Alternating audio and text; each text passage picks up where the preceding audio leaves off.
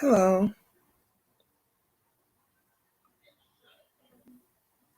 Hey, allegedly. Hello.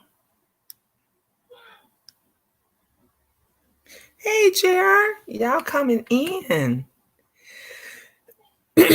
I was sitting here watching some TV and online at the same time. And I just saw the craziness is just, man. Hey, Tabay. I was just thinking about you. Oh, thank you. Thank you. Wait a minute. I got lovely love back. Wait, let me see. Hello? Hey, Gina and the Queendom Loves. Oh, Happy Friday. happy Friday. Hey, boo. Look, I had to make sure it was really you. Last last night, Diamond yesterday came on, right? And Uh, it was late and I didn't think it was her. And because I thought it was a troll. And I was like, and you know, I didn't have any moderators, right? I only had one moderator, which was Belle. And I uh-huh. kept saying, can anybody check to see if that's her for real? Because you know they stealing people's pictures and doing all that stuff and coming on and they're trolls. Right, And so I wasn't for sure it was her because she never typed into the chat. And when you behind the screen, everybody shows blue. So I can't see if you know she's a member or a moderator because it doesn't show up in green.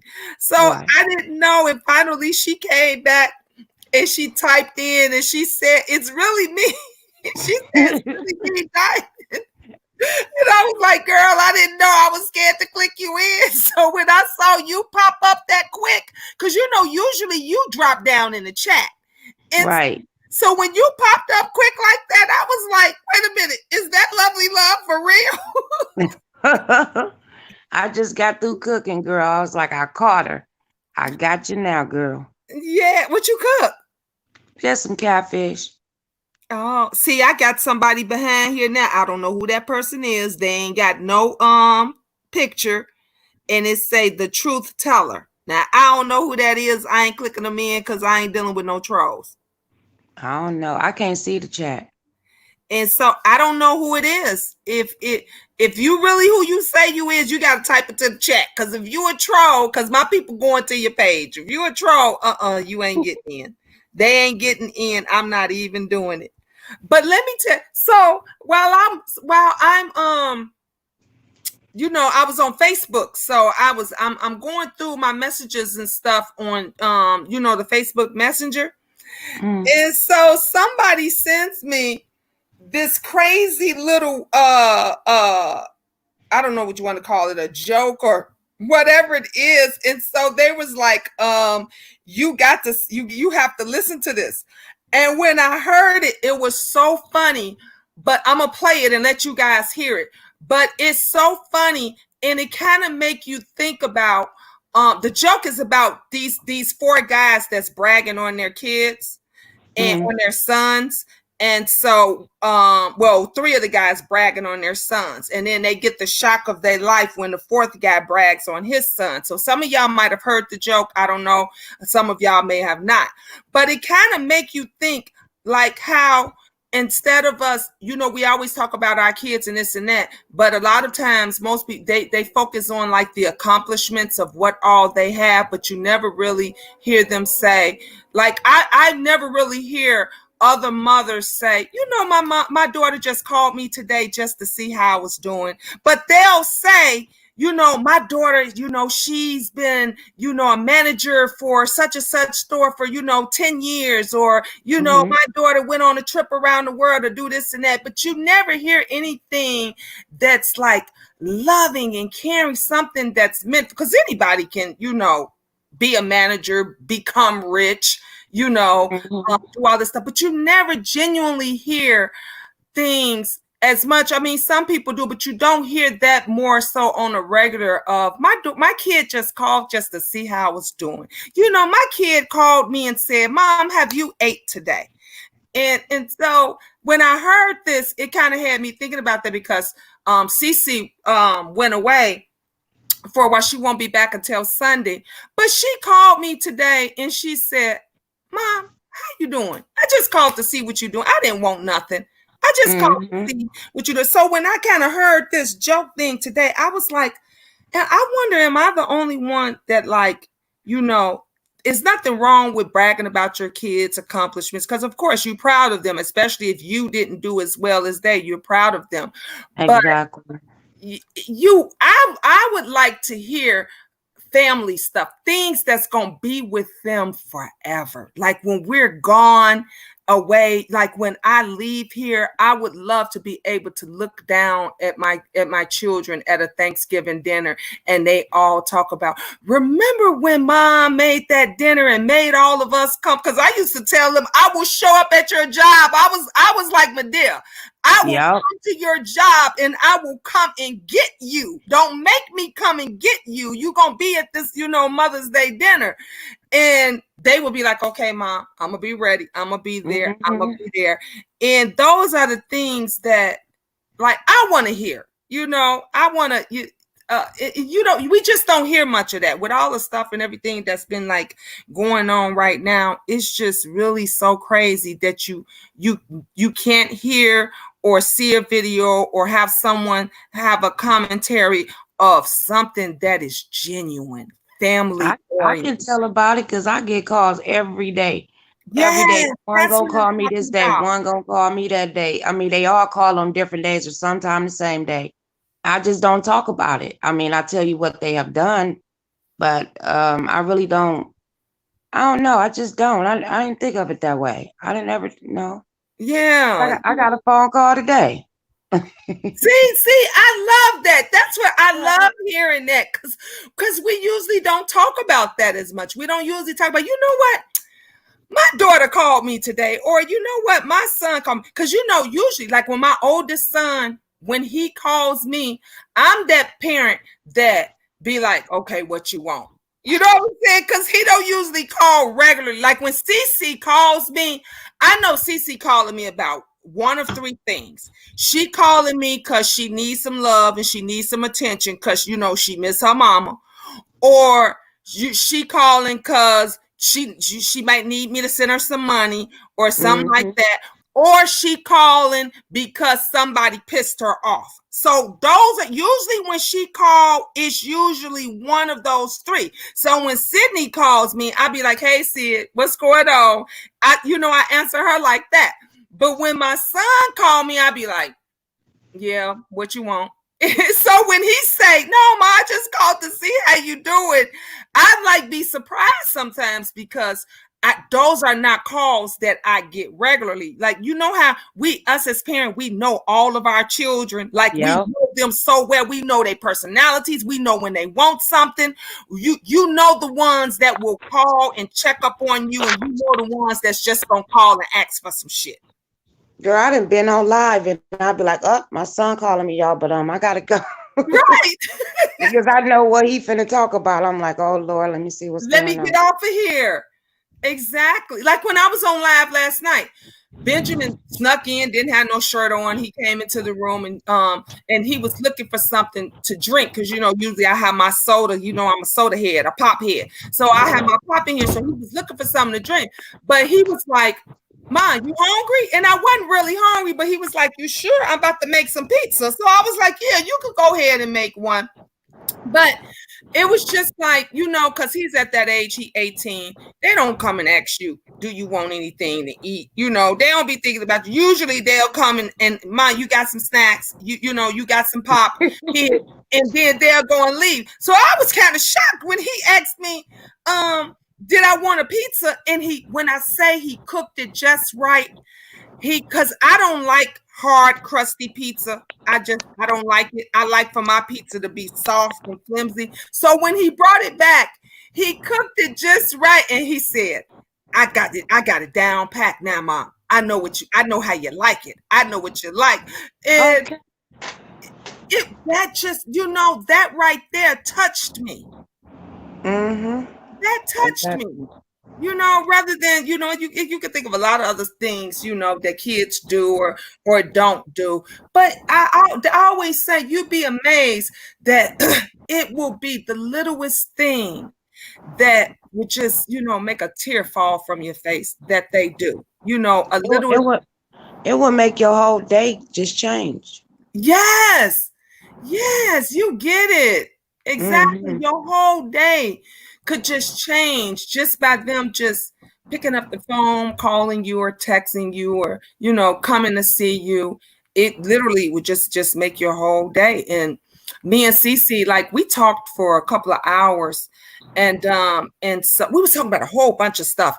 And she was talking about how she wanted to be closer to her siblings. And so I was telling her, if you want to be closer to them, you can be closer to them. Don't wait for them to contact you.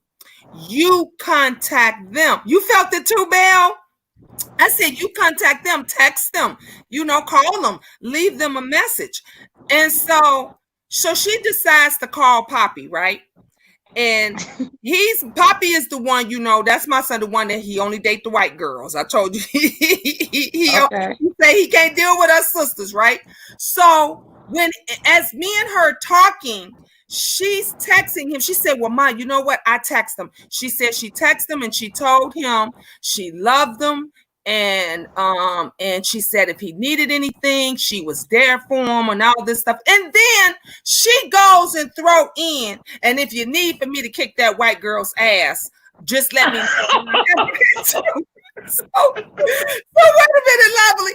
I tell her, how do you plan on starting off something good with your brother? And I didn't tell you to throw that in. So Wait a minute, you sure that ain't my kid? Wait a minute. Lovely, She act like me. I told you that's your kid. She don't be caring what the hell she say out her mouth. And I said, Sydney, I didn't tell you to say that. I told you to tell him that you love him and you're there for him. And if he needed, she said, I know, but Ma, that's just how I felt. I swear, Lovely, she talk like you. Okay, she act like you. Well, that's how I felt at the time. So I just said what I felt. And I said, but you just said you wanted to be closer to him. Now you gonna pull him away because now he gonna be pissed off because you talking about his girlfriend and you know what how the saying goes, when you try to break them up, that just draws them closer. Exactly. And so I'm telling her, I never told you to say. So then she gonna say, oh, Ma, then I messed up then. Well, what should I do? So this what I said. So I tells her, I said, Sydney, text him back and tell him that you apologize for the white girl part, for the ending part. You didn't mean to throw that in there, but the rest of it that you meant. So she say, so he texts her back and he tells her, thank you, Sydney. I love you. I'm gonna be there for you, some to that effect. And then he tells her, oh, and I'm gonna get that money that I owe you to you as soon as possible. So she's feeling some type of way, right? So she like, but I didn't do it for him to say that. I didn't mean that. I said, just like I didn't tell you to throw in that extra shit that you threw in. So now you feeling some type of way. So she like, well, what do I do? What do I say? I said, look, text him back and let him know that he could take his time. You didn't text him about that. You just wanted him to know that as his big sister, you're there for him. And I said, the next time I tell your ass to say some shit, say exactly what I said and don't be throwing in extra shit because you in your feelings. Girl, that remind me, I was in Texas and my kids, they'd be into it a little bit. And then, they always come to us, of course. Right. And I couldn't get them fools together. They'd get together and fall out every time we have a get together. It's some said or whatever. Mm-hmm. Since I left, they close as ever. I said I had to leave for y'all to be close. Get closer. Because they all they got now. I'm gone. Yeah. That's crazy though. And now I miss them, and all three of them there now. Wow. Ain't and that that's crazy? Just how it be sometime. And Cece is the one, like I said, I think it's gonna be Cece and it's gonna be Angel that will be the ones that's gonna like keep them all together, because no matter what, Cece is like me. She be that one that says, don't make me come to your house or don't make me come to your job, to get you. And Angel will be the one like calling everybody, trying to get dinner together, and and all of that kind of stuff. And so I guess Cindy was just like in her feelings today because she had spent 2 days with Kayla. Her and Kayla got a Airbnb together, and they just did sister stuff. So she said she felt so good being there with her sister and spending that time with her sister, and it wasn't no outsiders, it wasn't no friends that was in the way, it was no boyfriends or anything. Like, it was just her and her sister. And she said she really like enjoyed their conversation and all of that stuff, and it made me feel good that they was able to connect like that, and that Sydney got something from it to the point that it made her want to be even closer to her other siblings. Yeah, don't make it be like me and my sister, because I can care less about her. I tried. You can only keep trying. You can only keep trying so much, and and that, like I said, that's how I am, with my younger sister, my baby sister. It's just me and her now, because my other sister died, and no matter how hard that I try to keep things cordial and to be cool with her, I just put it this way, she ain't ready yet. She ain't at that point yet.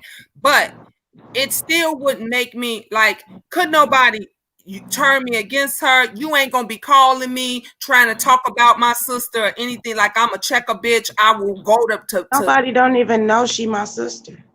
That's how bad we are. Well, nobody knew that I had, people for a long time thought I was the only kid because they never saw them. And like, remember I told you, like, when you come to my house, there is no family pictures of my outside family besides like, if you come here, there's pictures of my kids, my children, but there is no pictures in my home of that's put out, I should say, that's set out for anybody to see, of my mother, of my father, of my sisters, of my nieces and nephews. We're in the same boat, girl. We're in the same boat. I mean, my kids were shocked one day. They came to me. I never forget this as long as I live, when they asked me, did I have a mom and a dad? They didn't even, they was like, Mom, do you have a mom and a dad? Because they had never seen them. The younger ones, the older ones, of course, have, but the younger ones, they had never seen them.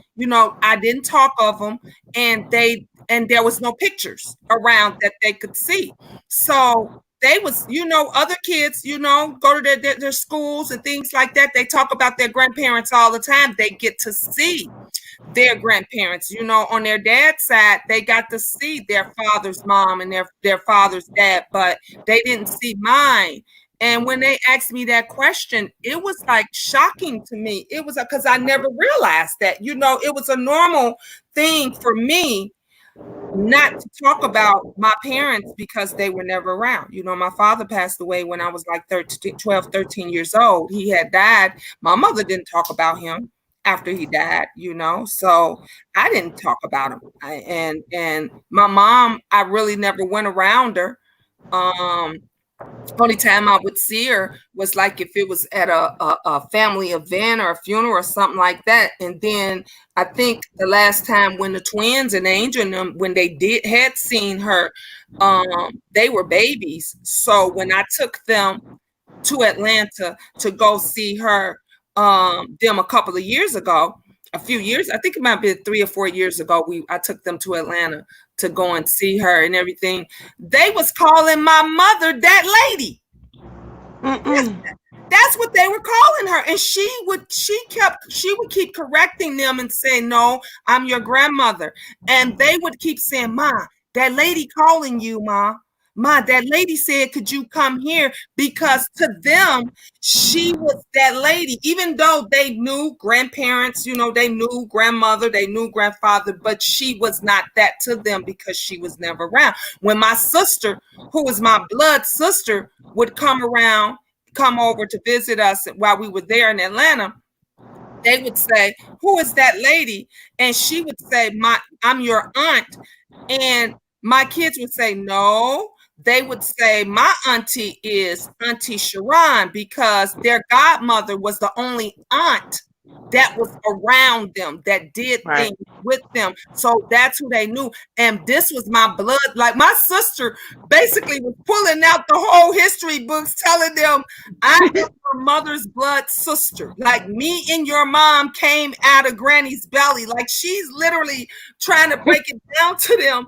And they are still saying to her and my mom, that lady, you know, they were still calling them that. By the time we was headed home, because we stayed out there. I think we stayed out there maybe 3 weeks, 2 or 3 weeks. By the time we got ready to go home, it finally got embedded into them that, okay, that's my grandma and that's my aunt. But it took them at least a week or two for them to get used to that, because that was something they didn't grow up with and they didn't know.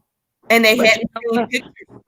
But thank God for technology now, because we FaceTime now and they know who you are. And, you know, because we're in different states, you know, so it's kind of difficult. But thank God for technology, because they'll call me grandma. I'm like, really?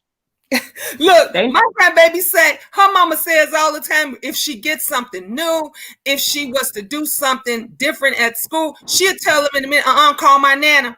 Call my nana on FaceTime right now. Call my nana right now and let her know what's up. And it just makes me feel so good. I was like, look, if ain't nobody else thinking about me, guess what? Them grandbabies thinking about us. Exactly. Exactly.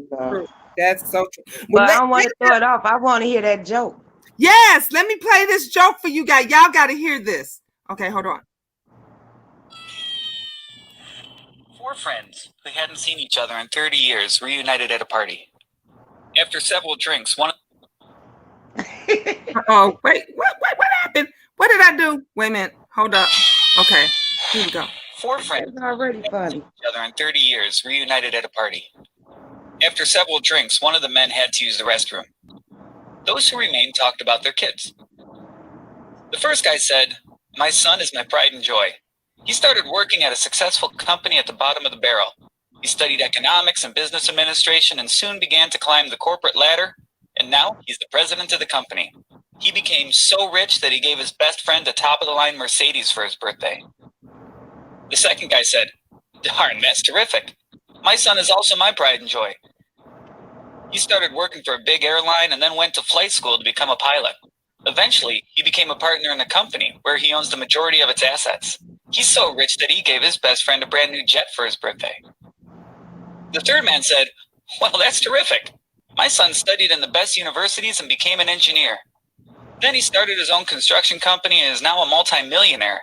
He also gave away something very nice and expensive to his best friends for his birthday, a 30,000 square foot mansion."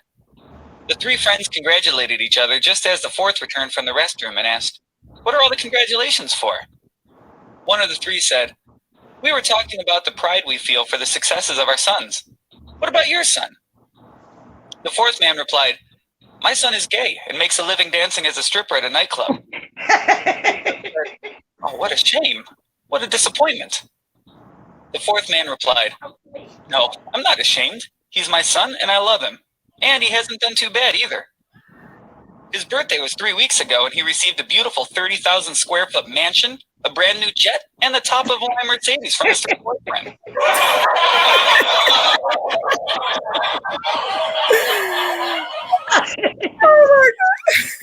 Was that?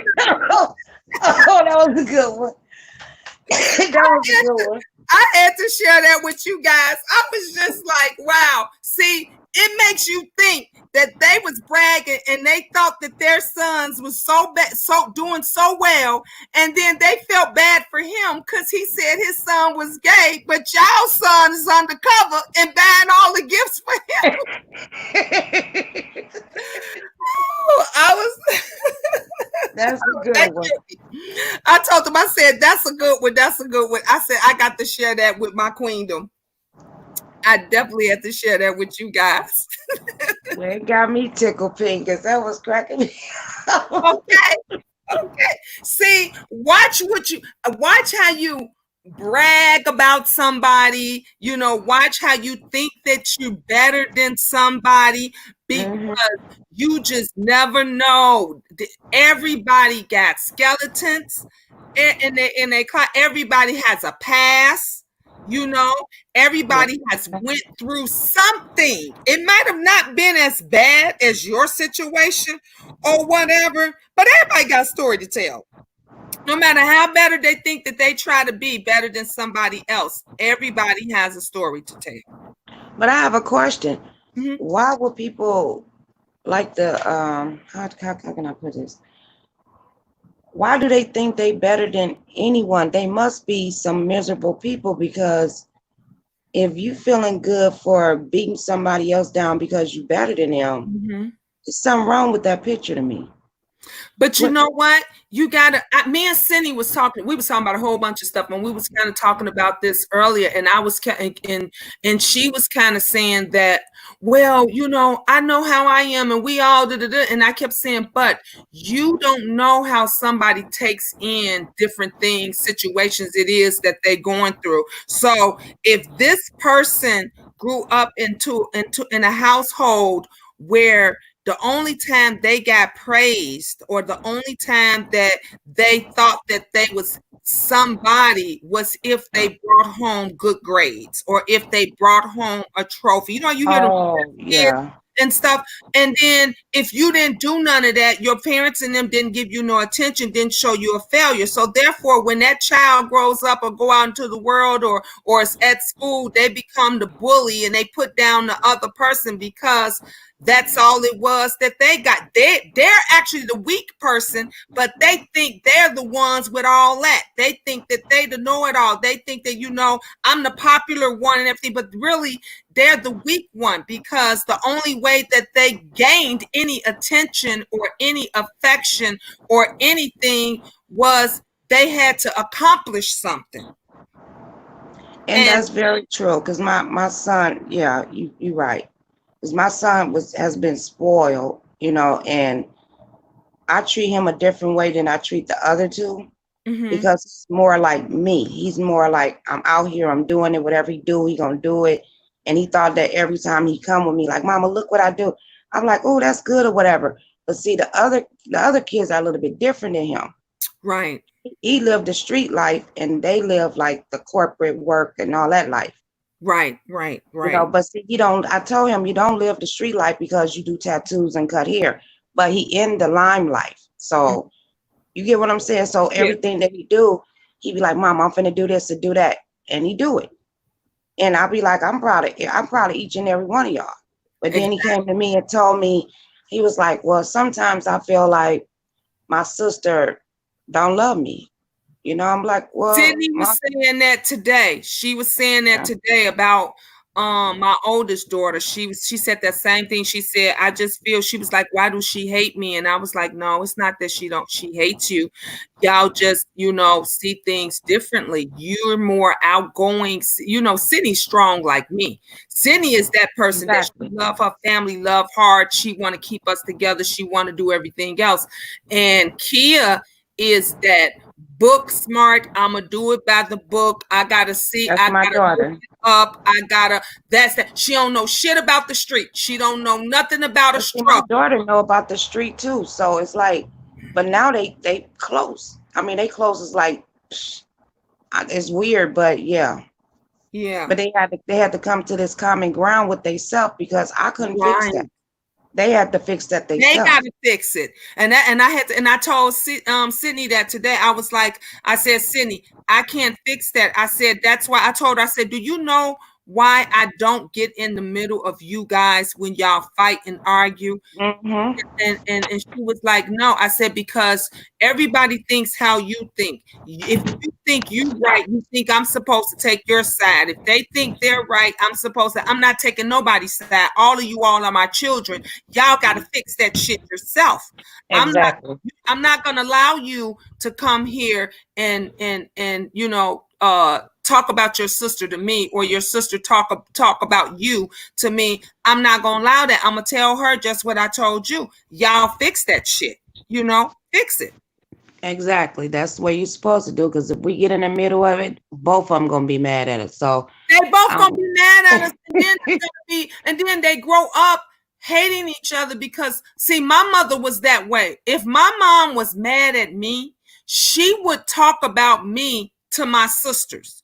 And then, so now they mad at me, and then she'll also tell them what I done told her, right? So then Right. when she get mad at them, she would try to come and talk about them to me, but then she'll get mad at me because I wouldn't listen to her. When I see her number pop up on the phone, I'll be like, okay, if it's important, she'll leave a message. Because when I started getting hip to that what she was doing, I said to her one day, as a mother, you're not supposed to take nobody's side. You know, That's you're supposed to tell us to work that shit out. Why are you talking about your oldest daughter to your two youngest daughters, or you're talking about your two youngest daughters to your oldest daughter? Like, you, that's not going to do nothing but drive a wedge against us, and it did. You know, we went months and years without talking to each other. I told you, the week before my sister died, I rushed off the phone because I thought she wanted something. I was just like, oh, I ain't got no money for Dee Dee today. I ain't got no money. I ain't finna deal with her. And I literally rushed her off the phone. And the last word she said was, all right, Jean, I love you. And and then the next thing I know, you know, she's gone.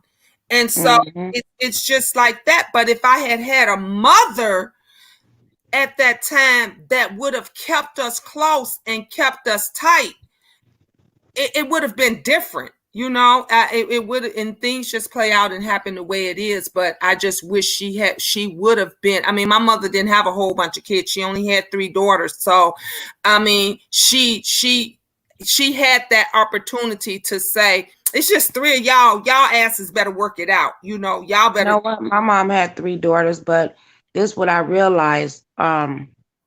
As our history goes, we supposed to get better, and better. Mm-hmm. Because sometimes the way they were grew, like my grandmother, the way she grew up was totally different. When my mama grew up was different. When I grew up was different, and my kids is different. It's so different. every step supposed to get better and better, not worse and worse or stay the same. You're supposed to learn from it, because I learned from what. Reason why a lot of times it do stay the same and it doesn't change, because family secrets and family mess, when you don't solve those problems, like Exactly. my mother never solved the problems and the issues that she had with her mother, so that she took that on, and that played out on me.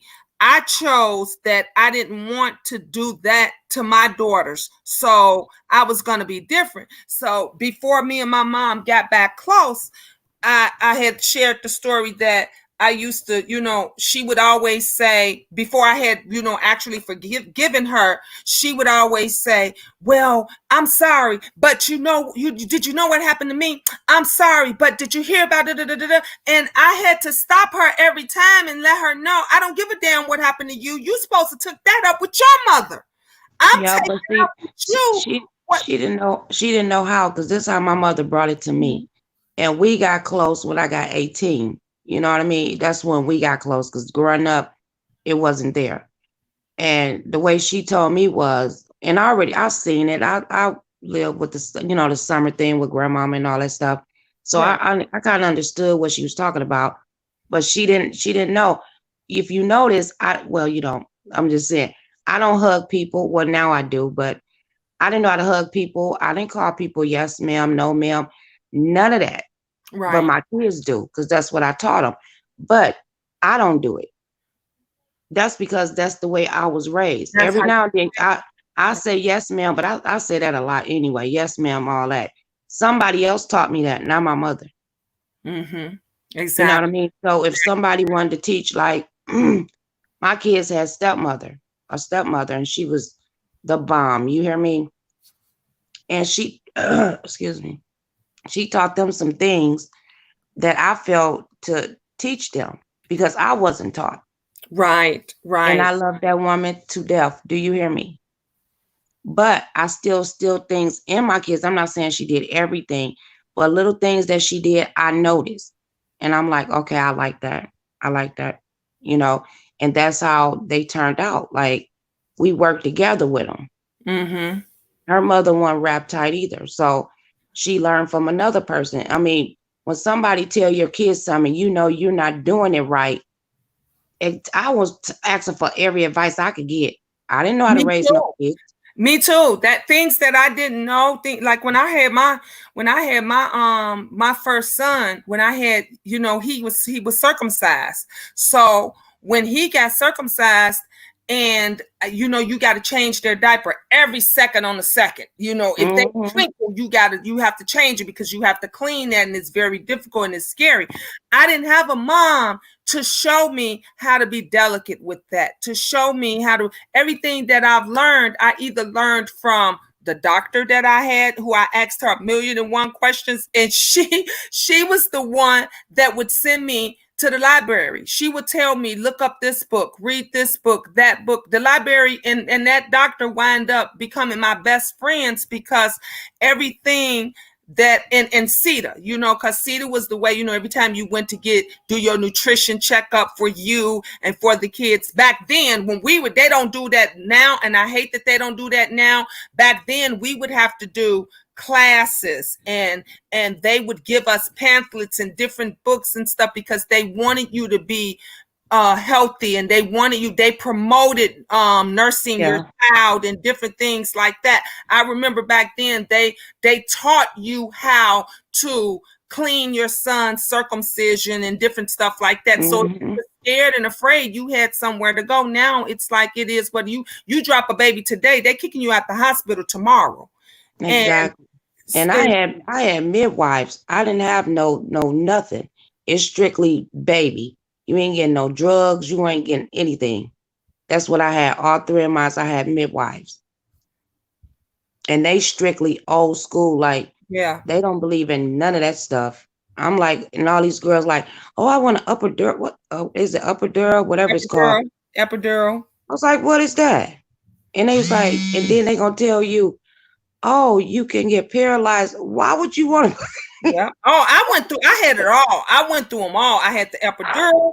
I got the drugs and the IV. I've had natural childbirth. And so I went through it all. I've been like knocked out, passed out. I had the C-sections. Like with all my hands, I went through all of them. And so, and it's like I would have died. Yeah, I would have died. And you know what? That third baby popped up because I only wanted 2. At first, I thought I wanted 10. I used to say that. Back when I had just the 2 older ones, and guys would say, how many kids do you got? And I used to always tell them I got 5. I used to always say I got 5. They were like, you ain't got no 5 kids. Then the time when I got to number 5, I started saying 10. I got 10. And even now to this day, everybody say you should have just went on and had that 10th one. I said, look, if Angel wasn't a set of twins, it wasn't gonna happen. That was it. Okay. That was it. But we love our kids. We had them, and when you have them, you teach them, because whatever they get out there, they're gonna reflect on you. With one of them, Belle, I did go through that. They the put water birth. Yeah, I did go through the water birth. They put you in that pool. You sit in that pool, and then you got the midwife rubbing on your belly and stuff as you push them out, and you push the baby, and they come out swimming. They didn't offer me that, and I had midwives. No, but my last one was born in 91. Okay. They ain't offer me that. You go to the hospital, they ain't give you no drugs, no nothing. Only way they give you drugs if they got to do a C-section, and them sisters made me push it out. It wasn't no none of that. Yeah, they offered that to me, to us. Actually, my daughter Kayla, when Kayla was born, they had just finished the brand new maternity wing at that hospital that she was born at, and she wound up being their spokesbaby. So they came and you saw her picture. Her picture was in the paper. Her picture was all over the hallway of the nursing room, like everything. They had just finished it, and she was the first baby to be born in that wing of that hospital. Oh, that's cool. Yeah. Was it painful, Jean? Heck, yes, it was painful. I ain't gonna lie to you. Look, when they tell you that breathing, and that's bullshit. I'm just gonna be real. That's bullshit. That breathing does not stop the pain. Look, imagine this. Imagine if you had a hard bowel movement. You know how sometimes you have a very bad hard bowel movement. You'd be like, oh, I can't push it out right away. It's 10 times worse than that. 100. You make a gesture. It's 100. Imagine the worst bowel movement that you could ever have. It's 100 times worse than that. But you know what? I got one better. Them whole 9 months that you ain't had no period and you had them cramps, add them up. That's how it's gonna feel. Yes. Oh, teach him today, Gina. Teach him today. Yes. And these girls ain't popping them out quick no more. They Look, not doing. Not only that, these girls are not getting. They're not seeing the doctors regularly like they should. They're not eating healthy like they should. You got girls, and these young girls out here, honey, they still partying all the way up to the 9th month of they still drinking. They still doing this. Smoking weed.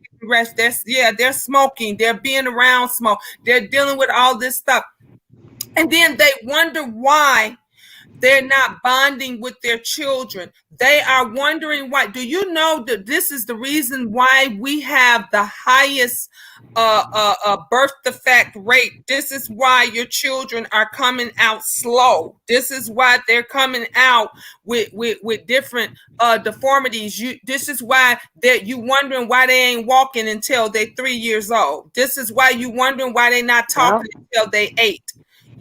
Because none of the stuff that they had that they focused on back when we were younger, and I can even remember when I was younger and my mom, it was all about a healthy family. It was all about healthy babies. It was like everywhere you go, that was promoted. When you went into the stores, that healthy babies and all of that stuff was promoted. It's not like that now, because now everything is artificial insemination, this artificial that. Some of these girls getting the wrong information. They doing all that stuff, and then their baby come out messed up.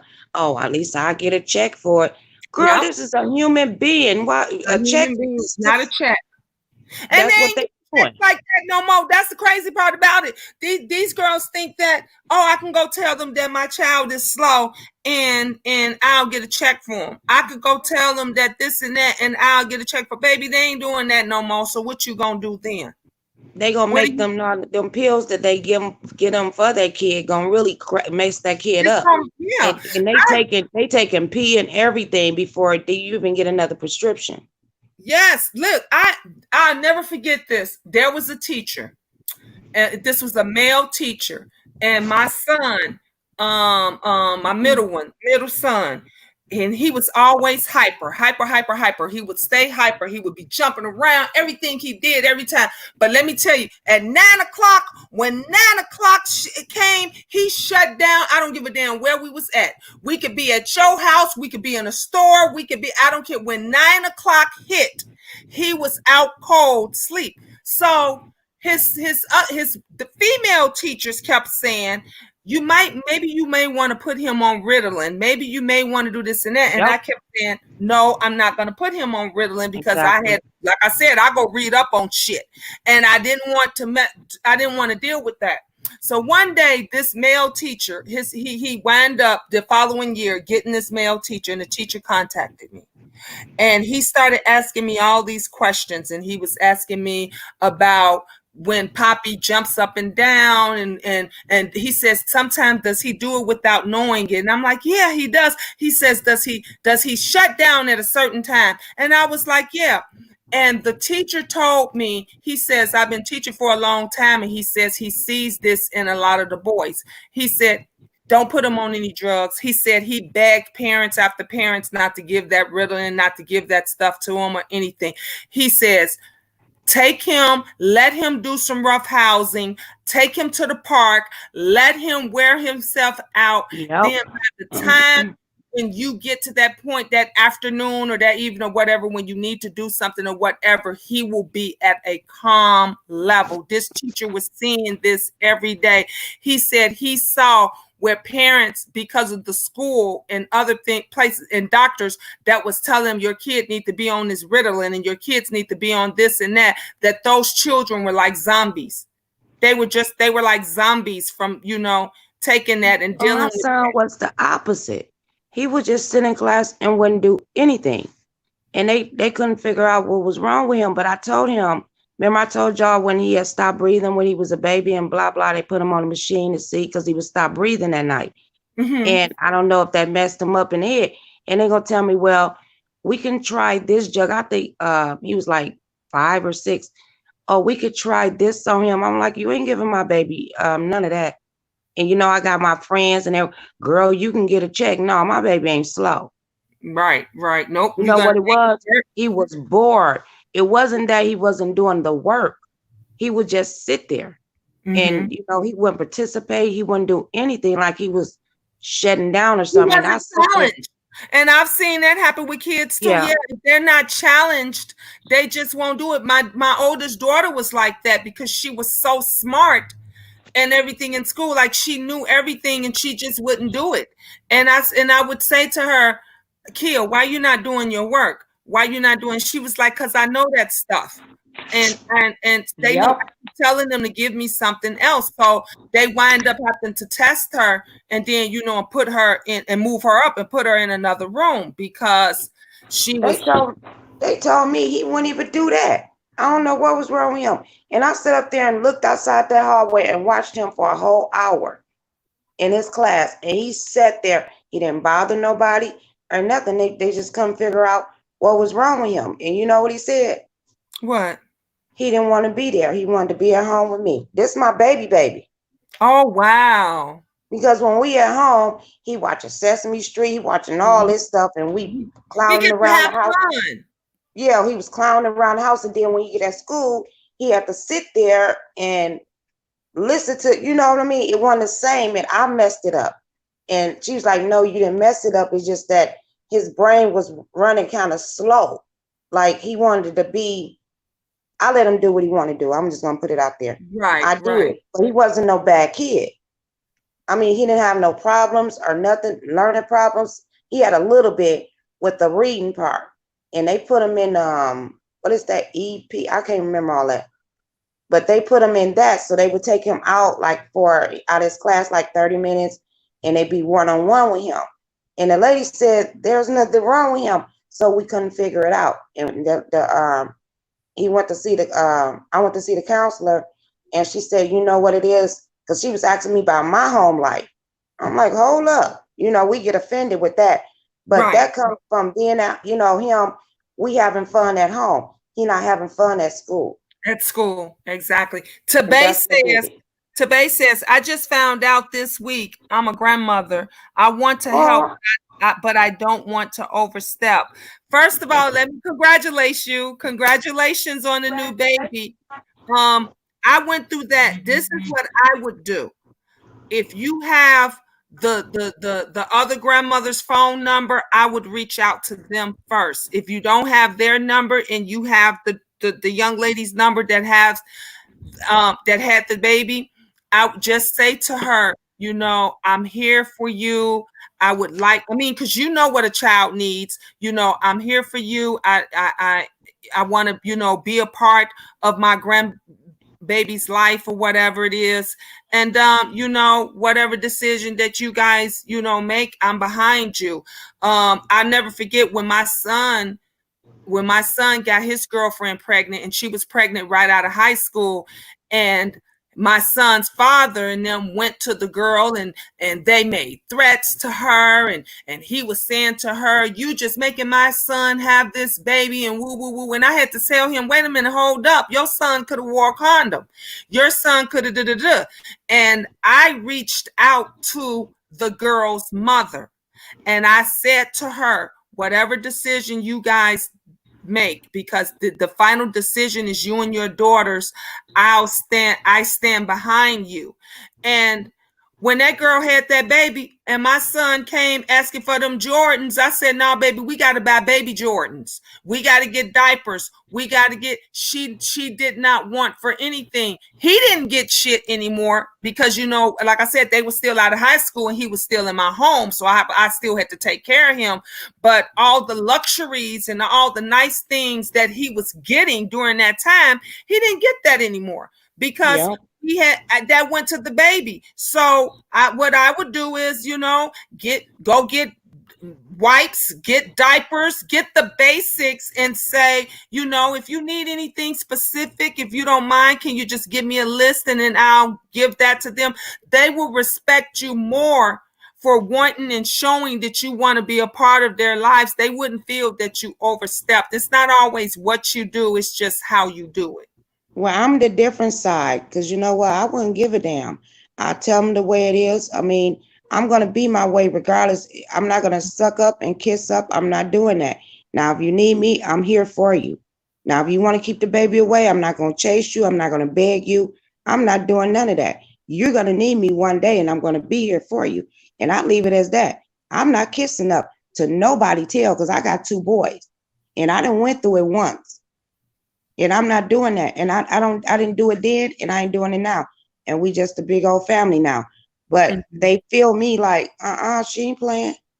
And the girl know. I mean, sometimes it's that your way. Sometimes it does. It works that way. I mean, you know, that's why we gave her 2 different kinds. You with know, the other one. I mean, my other son, my son's other baby's mother. Like we don't see that kid, and it's funny and it's sad at the same time because she talks to his daughter's mother and she says all the time, you know, if I just had somebody that could watch the kids, if I just had, and then Vicky would say to her, well, Tracy's mom watches the kid every time I ask. Tracy's mom, you know, she never turned me down. She did this, you know, this and that. And it would have been the same way with that, but it's like I'm like you're not going to talk to me no any kind of way. You're not going to tell me what it is that my son should be doing and this and that. I am a grandmother. I'm willing to do my grandmother part, but when I come and me and you need to discuss that child, don't bring up my son, because whatever you had going on between you and him, that's them. But it's sad and it's sad and it hurts my heart because every time when my son do get him, and if my son does bring him around, my son have to tell him, that's your grandmother. These are your aunts and uncles. My son should never have to introduce his mother to his son. He should never have to introduce his brothers and sisters to his son. My granddaughter, y'all seen her, she's 5 years old, honey. She know us, everybody, name for name for name. If you ask her, what's your Nana name? She could tell you my name. If you ask her, and she has 9 aunts and uncles, and she can tell you every single last one of their names. You know why? Because we're alive in her home. Her mom talks about us. Her mom makes her call us on our birthdays. We call her on her birthdays and this and that. These young girls have got to stop trying to use these kids as tools, because that's what they tried it. My kids, because I got 6 biological grandkids, and my daughter only have 1, so the rest of them is the boys, right? And I'm dealing with the baby mama. But I don't have to deal with them because they do. And I tell people, court. Yeah, that's my last word, court. Yeah. Nobody can control you or what you could do with your baby. That's your baby. She didn't make him by herself. Yeah. And you trying to be there. You got some mans run off and they don't even know where he at. And you praise him. But somebody out here trying to take care of his own kid. She says she's 3. I really don't know exactly what my role should be because he isn't here anymore. Your role is to be the grandparent. That's all. You just do your grandparents' responsibilities. That's it. Don't let them use you, girl. Right. Just do your, if you can see, you know, grandparents get their grandkids on weekends. Grandparents get their grandkids, you know, on certain holidays. They get them maybe a couple of times during the summer, a few times during the summer. Sometimes you can also, I don't mean to get over you, Gina, but sometimes you could be so nice, and then that one time you say no, now you ain't gonna see the baby for a couple of months Right, because and they that's mad. and you're right, lovely, because that's she said exactly that's what I'm worried about, her putting the child in the middle, and that's what they'll do too. And you are so right. So you get some of them that will use that kid as a tool. And let me tell you, honey, Vicky, she already know. Ain't no ifs, ands, buts about it, girl. You're gonna have to call the cops on me, because if she ever call herself trying to keep my granddaughters away from me, I'm coming to bust the door down. There's no way that I've been in those children's lives since they were born, and because you feel some type of way about my son, that you're gonna tell me I can't see them anymore. Thank God that I've never experienced that with her, but I go through that with his son's mother. And I didn't get it all. yeah, and I'm just like, you're not gonna play, I'm not gonna play these games with you, because at the end of the day, the child is what's losing, because I'm a great grandmother, I'm a great nana, and Exactly. I love my babies, they love coming to see me. Matter of fact, her mom said, the youngest, she says, can I bring Trayana over there to you? And I said, yeah. I said, I thought she was with her dad. She didn't want to be over there with her own daddy. She said, I don't want to be over here. I want to go to my nana house, because my nana gonna play with me. My nana gonna show me attention.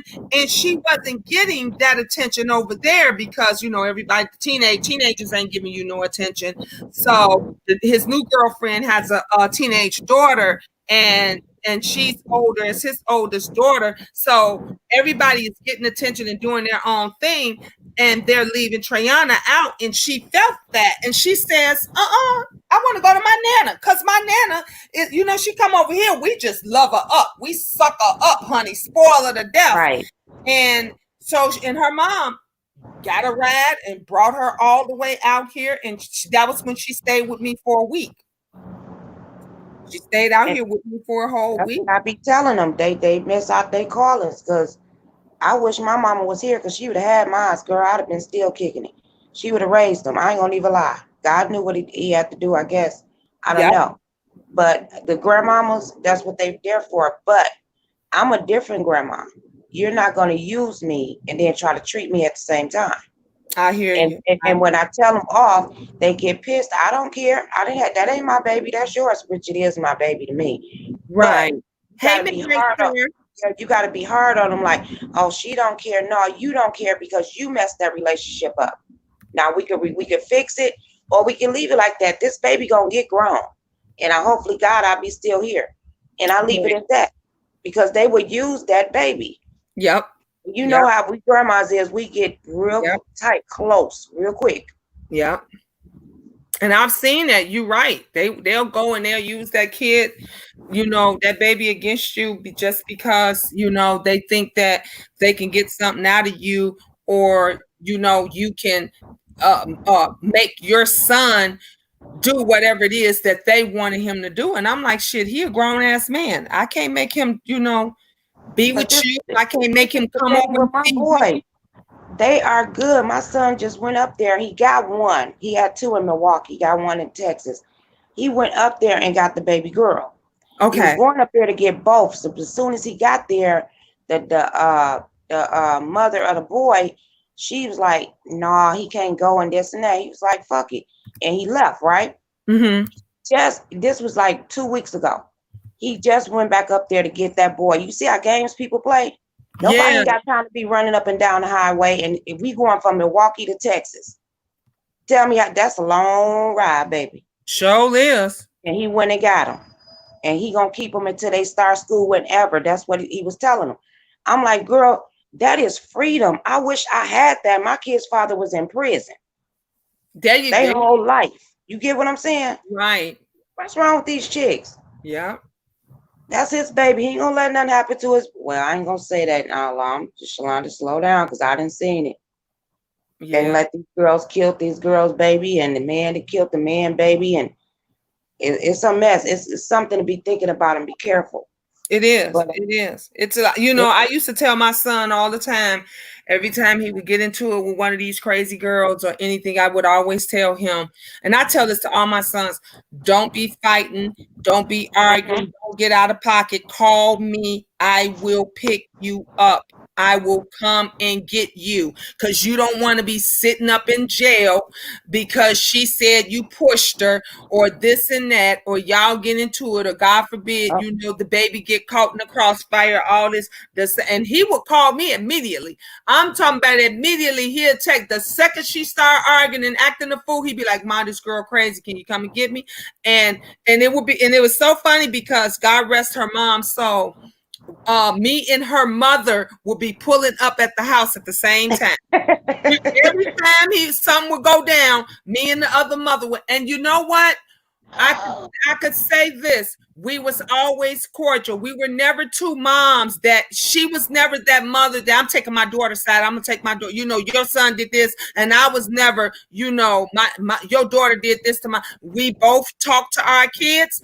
I grabbed Trey. I said, "Trey, get what you got to get and come on. Let's go now." Look, honey, I had that in my voice. Do you hear me? He felt it deep down in my spirit. I said, "Let's go now." If he forgot some shit, you just forgot it. Let's go now. And then when they cooled off, because they always wind back up together after 3-4 days. Wait, you know what? When you said that, remind me of something. My mother and his mother, because girl, we used to be nothing up. You know what them fools used to do? Come get the kids and left us there, girl.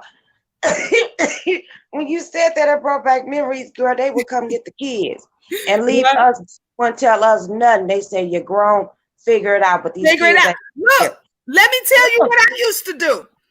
When my son Trey would, because he was still, living at home, right? And I gave him a curfew because even though he was grown and he was done with school, I still had kids that still had to get up in the morning and go to school. And so I would tell him, I said, "Trey, through the week, Monday through Thursday, I need for you to be in the house by 12 o'clock. I can't have you come stumping your big ass feet through the door at 1, 2 a.m. because you break everybody's sleep. You wake everybody up." And then I told him, Friday and Saturday, you could come in at 1 a.m., 2 a.m. at the latest. He thought I was playing with him, honey. He would come at the door 12:30, 12:45, 1:15, 1:20. He would come. "Thank you, Spicy. Welcome, new member." And he thought I was playing. So I would tell all the kids, "Look at the clock. If the clock says 12:01, Tracy do not open my door. He cannot come in. And if he's trying to sneak in, I want to know." So the girlfriend, when I would turn them back around, because I would look at the time and the time would say 12:10 or 12:15, and I say, "Where y'all going?" And they say, he said, "Oh, we coming in." And he'll lie. You know how they lie and say, "Oh, but I was on the porch. I was on the porch at 12 and such a." No, I told you to be. You should have been knocking. Then if you was on the porch at 12, then 12:01 the doorbell should have been ringing, not 12:05 or 12:10. So the girlfriend thought she was so much in love, she would leave and go back out with him. Honey, I would take the baby. Do you hear me? I said, "No, the baby ain't gonna sleep in the car because you two dumbasses didn't know the time." So I would get the baby and I would tell them, "Y'all can come back later on and pick the baby up. I don't know where y'all gonna sleep." So then I would ask the mama, I said, "Where did y'all sleep?" She'll say, "In the car." I said, "In the car? Where in the car?" "In your driveway." I said, "You mean to tell me instead of you," because she could have went back home to her house. You understand what I'm saying? But instead of her going back home to her house, she want to stay with this fool because she in love. So you don't let him get both of y'all asses put out the door. And every time I would take the baby, I take the baby and I tell them, "I don't know where y'all gonna sleep." So what happened was they started going over to the grandmother's house, right? And the grandmother when the grandmother said, well, yeah, every time I turn around, y'all walking up in here at 12:30, 1 a.m., she started getting hip. She said, why can't Tracy go to his own house? And she told her grandma, because his mama said, if we ain't there by 12 o'clock, we can't get in. And the grandmother said, well, damn, I don't blame her. I'm going to do that over. If y'all asses ain't here by a decent time, y'all can't come in. And so she literally would sleep in the car, and then they finally, put their heads together. By this time, they're in their 20s, and they realize we got to get an apartment together. We got to get our own stuff. We can't keep depending on our parents and grandparents and stuff to try to find a place to stay, because the grandmother was smart like me. She would take the baby. She'll tell her, y'all can leave the baby, but I don't know where the hell you two assholes gonna stay, because they didn't want to have the respect of the grown-ups of the house. Come in.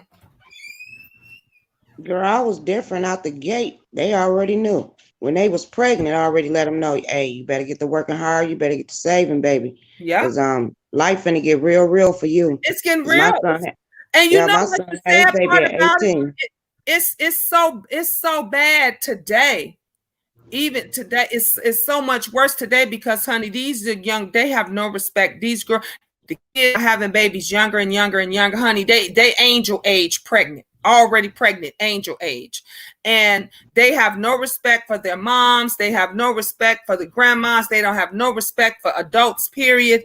And they expect for you, to still take care of them and provide for them. And that was one of the reasons why I made sure that my girls were protected. I didn't care what nobody said. I didn't give a damn how people and I got talked about and everything. You can say what you want about me. I had 9 all day long. I sure did. 9, 4 baby daddies. But guess what you can't say? What you can't say is that my daughters got 9 kids. You can't say that my daughters is out here dropping babies by different people. You and that's where the cycle, at some point, we gotta break that cycle, and we have to teach them. Otherwise, it just keeps repeating itself. It keeps repeating itself. I got, there is friends, kids that is my daughters in them age. Cece, take for instance. Cece is 25, right? She'll be 20. She'll be 26 on the 21st.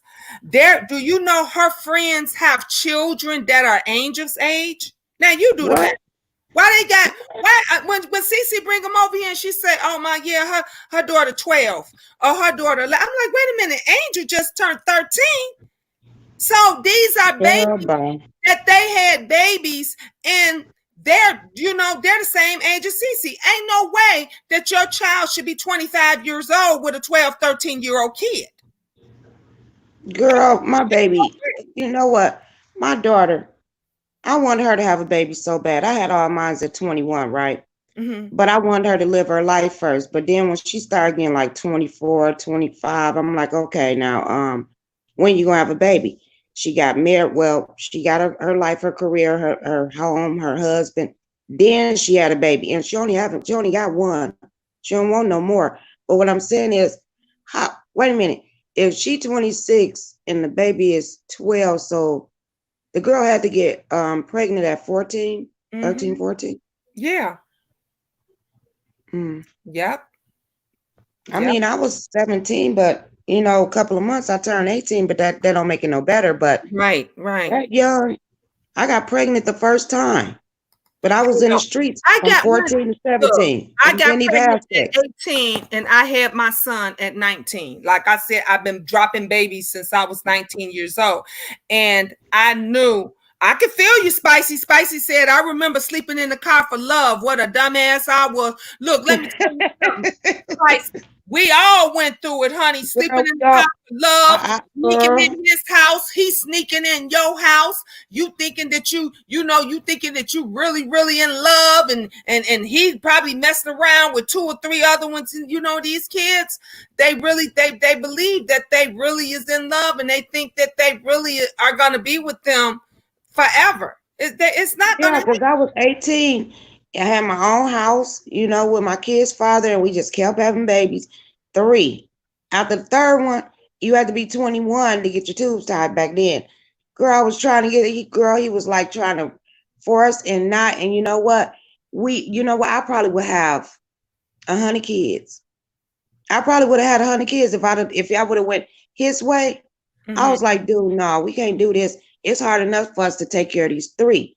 But what we do, dumb for love, right? That's why I kept getting pregnant. Hell, I met my husband before I got married, and I had 6 already. Now I got 3 with him. I had 6 already, and when I met him, and it was so funny because when I had met him, when we were dating and stuff, Benjamin was the baby. Benj was young then, and he would come in and he would say, during this time we was like trying to potty train Benjamin and all this kind of stuff, and he would be like, are y'all teaching? Is he peeing sitting down? And I said, well, damn, that's the only way I know how to. He was like, oh no, I know I ain't going nowhere because y'all teaching my man all wrong. And from there, that's when I really fell for him, because Benjamin was a baby, and he was teaching him, how to be a man. I mean, us as women, we teach them a lot of stuff, but I don't care how much a woman or mother or parent you think, you cannot teach these young boys how to be men. You just can't. There's things that we could never teach them, and vice versa. There's things that these men could never teach young girls. They just never can. And I thank God that he was there, because one day he went to go and take Benj into the bathroom. And he said, "Wait a minute, y'all got the man sitting down peeing." And it was the funniest thing. Yeah, but I told him, I said, well, what you think? That's what I do. I'm a woman. I can't teach him how to hold it. I don't know how to hold. All I could tell him is sit up and put it in and get it in. But you know what? When you potty training a little boy, they do have to sit for a minute, but then they learn how to stand up first. That's what I did find out. Right. They do. They have to learn. But see, during that time, he was old enough to stand up, but he was still sitting, because that's what we did. That's how we taught him. And because even though during it, Ben's father was around, but he wasn't there. He wasn't prevalent. Exactly. Ben. And I would never take nothing from his dad. His dad was the type that let me know what he needs. If he's missing, if he need diapers, if he need milk, if he need formula, if he need food, if he need clothing, let me know these things because he was, back then he was out there in the street doing his hustle thing. He was a provider, but he wasn't there. But he wasn't there. He wasn't a dad. Yeah. And so, and that's what Benjamin was missing. And when my husband, came along at that time, we was dating, then, he wanted to be with me so bad that he took that time to spend, with my other with my other 6 kids. Like, he took the time to take them to the park. He took the time to, go get them after school and different things like that. So, he was there, and yeah, so he stepped up to the plate, and then he helped. Yeah. You know how they always F up, and then when you get tired, because us women, we go through a lot, especially with a man. We go through a whole lot. And we'll put some on the back burner and be like, okay, it might work. Especially when you're younger, like 20 or 30, you be like, look, we can make this work, especially if you've been with somebody over 5 years. Yeah. It's kind of hard to just separate from them. But I'm here to tell you, if it's not working by now, it's not going to work. It's not going to work. You're right. I agree with you, Spicy. You said that's why I hate when single moms call themselves singles father. I say this every year. Every year I say, don't take away Father's Day from the fathers. They don't take Mother's Day away from us. And it's a lot of single fathers out there, but they don't take Mother's Day away from us. Now, my children, come in. Now, my children, because this is, us at home and all they have is me. It's just me and my kids. They will give me a card on Father's Day. They will give me candy, but that's just something we do here at home. We don't advertise it. Like, they ain't putting it on social media saying Happy Father's Day, Mom, happy this and that, because we're not single fathers. We can never be single fathers. We can't take I that. do that. I'll be telling all my women, Happy Father's Day, ladies. I just whoever that because it's so many, it is a lot of great dads out there. It's a lot of great it is. It's a lot of dads that's taking care of their kids, and the mamas out here probably start a whole nother family with a, it's because mamas leave. Mamas be on that bullshit. They leave too and go, honey, look, my sister, God rest her soul, honey, she would leave her kids with who knows what, when, where, and how to go get a fix. Do you hear me? To go and do whatever she need to do. My mother would say, my mom would call us, I'd never forget, and she'd be like, y'all seen Dee Dee? And we'd be like, no, wasn't she just with you, man? She came and dropped these kids off and we ain't seen her in 2 weeks. She didn't care. Or she'll leave them at a friend's house and the friends will bring them to my mom because they knew where my mother stayed. And she would just disappear. Like, she was one of those ain't shit ass mothers. That's just how she was. It don't take the fact or point away that we loved her. We loved her, but her drug it wasn't her. It really wasn't her, actually. Yeah, it was her drug habit. Her drug addiction was stronger than her love for, her children. And I don't doubt that she didn't love them, but that addiction was just stronger. It was stronger. And to this day, that's what killed her. That's what took her away to this day. She told, and it's hard because I don't be one to blame my nephew, but I still say to this day to my nephew, why didn't you say anything? Because she said to her own son, I'm just going to go get this one more hit. I'm going to get one more hit and then I ain't going to do it no more. And that's what happened. But you got to think also that was his mother, and you don't say, even though she was going through the thing, if he would have said something, you don't know how she attacked him or whatever. And he was like, well, she gonna come back, so he didn't know. Nobody knew. Yeah. He thought she was coming back like she always do. Exactly. So, that's what he was used to. You're right. He thought she was coming back. But yes, I'm loving this discussion about these baby daddies. Sometimes we have some good ones. Hey, T Slim. Hi, my babies, Miss Gina, lovely love. I miss my babies. Happy belated Mother's Day. I have been missing y'all. I was watching replays. Well, thank you, love. Oh, thank you. Y'all know y'all don't be seeing me coming down at y'all. Don't mean I don't be in the bushes sometime, y'all. I'll be tired. Sometime I go to sleep, Gina be up there talking, and when I wake up, her face still be there. I saw shit. Her face still be on the screen, huh? Yeah, girl, I'll be knocked out. Look, only reason I came on last night was because I was. And you looked at, wait a minute, girl. You looked at too cute. I said, what the? Girl, look. I'm seeing boobies. I'm seeing feet. I said, girl. Stuff because I was doing my foot fetish thing yesterday. I had to get some of that foot fetish money because a bitch was broke. And so and I got through working. I said, well, shoot, I'm feeling good. I'm feeling the music and stuff. Let me just go live. I'm looking all cute before I take all this get up off. And then I just got on and just, started talking, and we was playing music and everything up until like 5 o'clock this morning. And we just literally had a good old time. Sis Slow came on live for a minute, and she was telling us about her daughter and them and what they were going through with the coronavirus and all of that kind of stuff. And my family going through that now too. That's why I've been like, trying to stay chill, because and it's so bad because we're going through now the second wave, and they're saying that the second wave of it is 10 times worse than the first one. Exactly.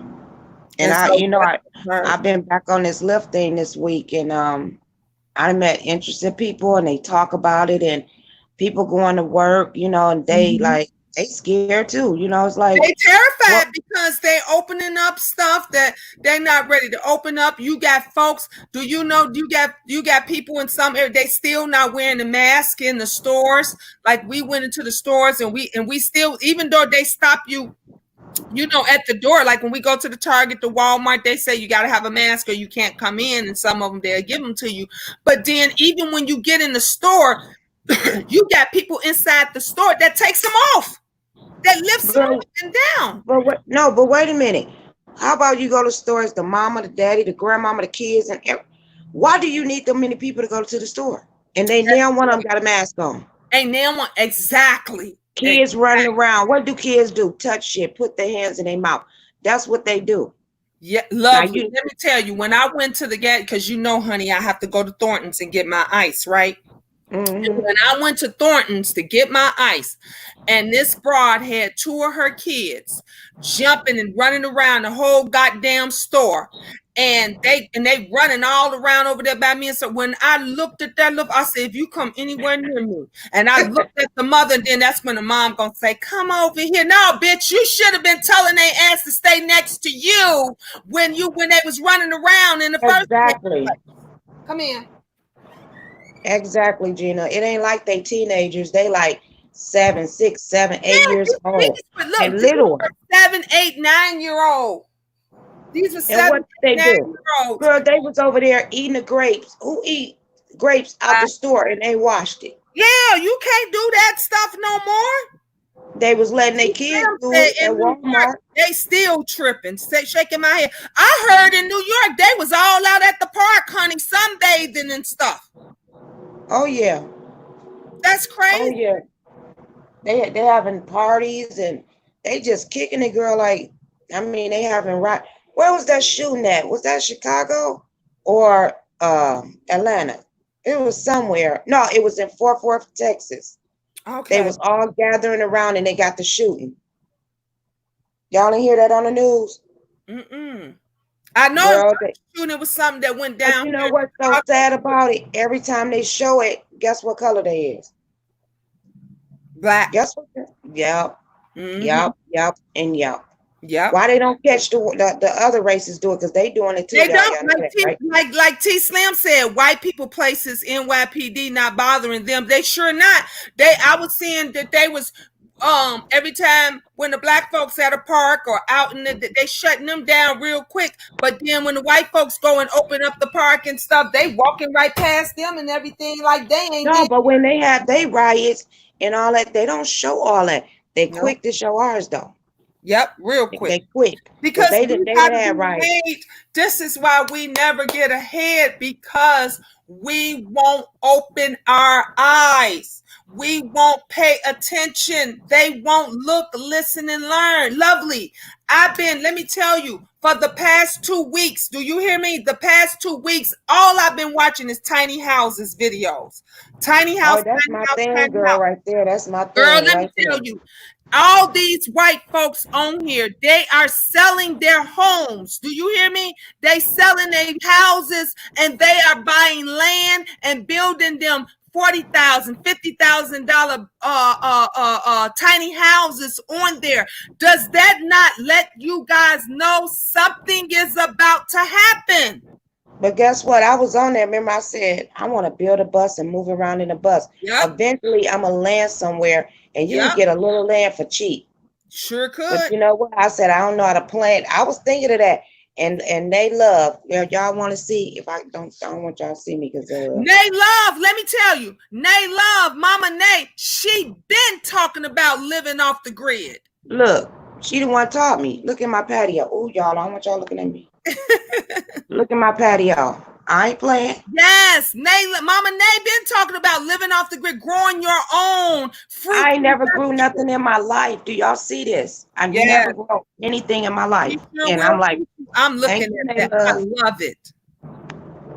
And but I had to start. I had to start somewhere. First, I was like, I want the bus and move around. Where you gonna go? I remember that you were saying you wanted the bus. I remember, and do you know, when I was watching the tiny houses, there were so many that I have never seen so many school buses transformed into homes. Beautiful. And they nice. Houses on wheels. Yes. And I'm in this little old box paying $1,000 and some.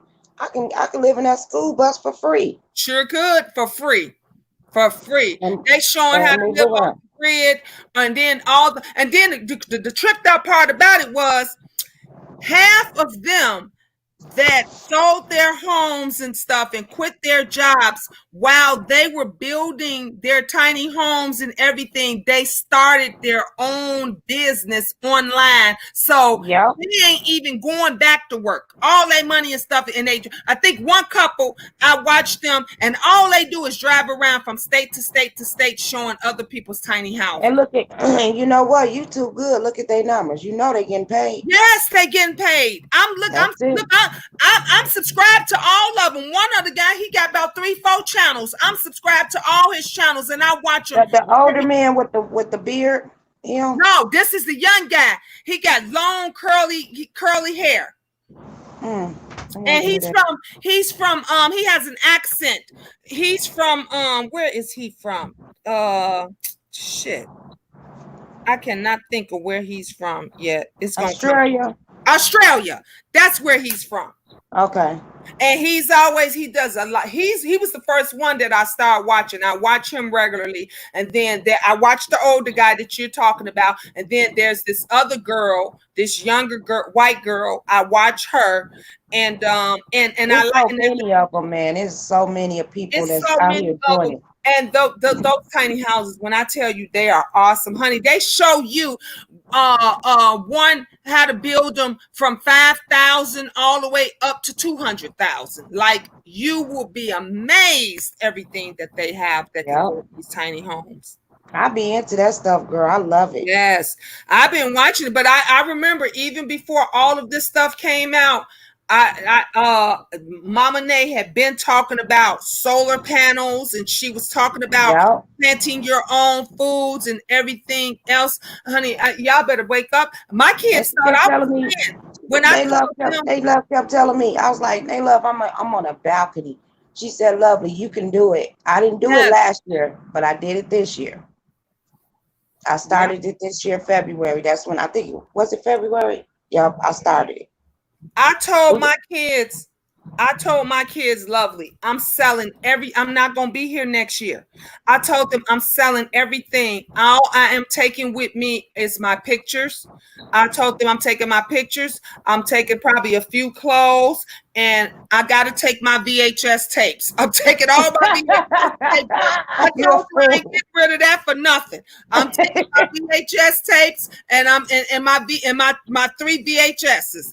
I'm taking all of them, and I told my daughter and them, I said, I am going to California. I'm going to get me a small piece of land, and I'm going to have my little tiny house on there, and that's where I'm going to be and live out the rest of my days. That sounds like a plan to me, Gina. Yeah. I'm ready. I'm ready for it. I'm going. And they have them here. They have them here too in Arizona. They have them here too. Yeah, they sure do have them there in Arizona. And Cece told my mom, well, I'm going with you. I said, girl, you ain't going with me. We gonna see. She talking about, okay. I said, all right, when I start having this garage sales come next year, when I start having the garage sales and I get ready to sell off everything, I said, I want you to be ready. Let me see if you're going to be ready. Because I said, when living in a tiny house, you only can have so much.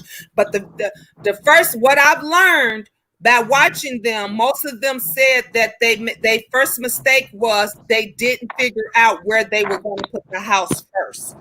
And then, so by the time it was finished, they all had to rush to find where they was going to put it, hurry up and get a piece of land. Some of them, like their moms and dad owned property, so they were to put it on their properties and stuff.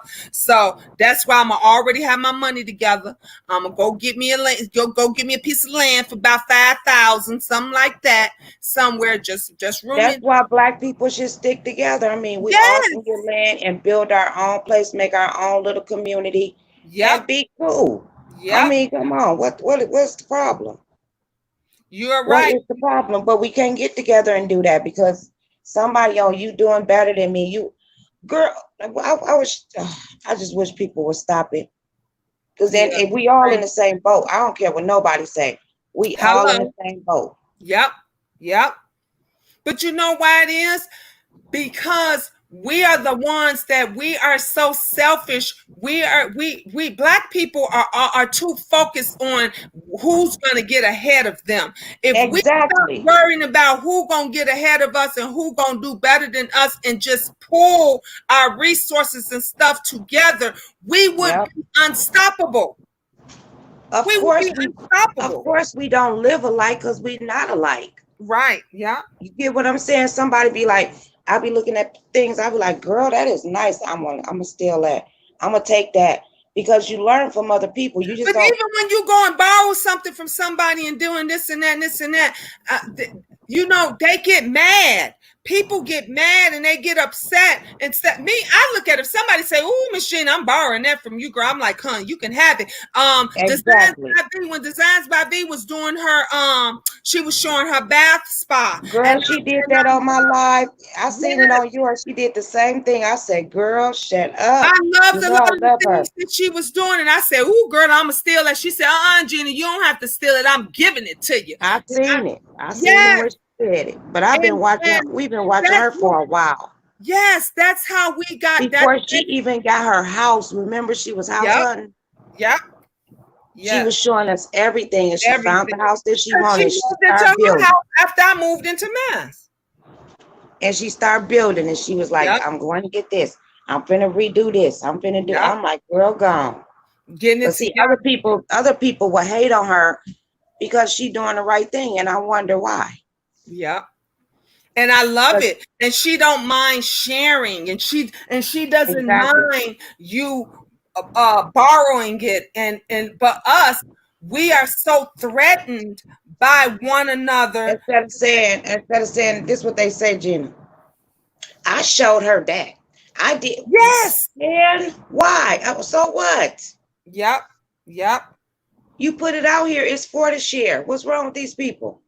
You right. You right. They don't understand. They just don't. It's crazy. Like I said, I remember when I was you remember when I worked in the at the publishing company, the book place where I was counting the books and stuff. Mm-hmm. And I saw just working at that place the separation of our people and how we are with each other.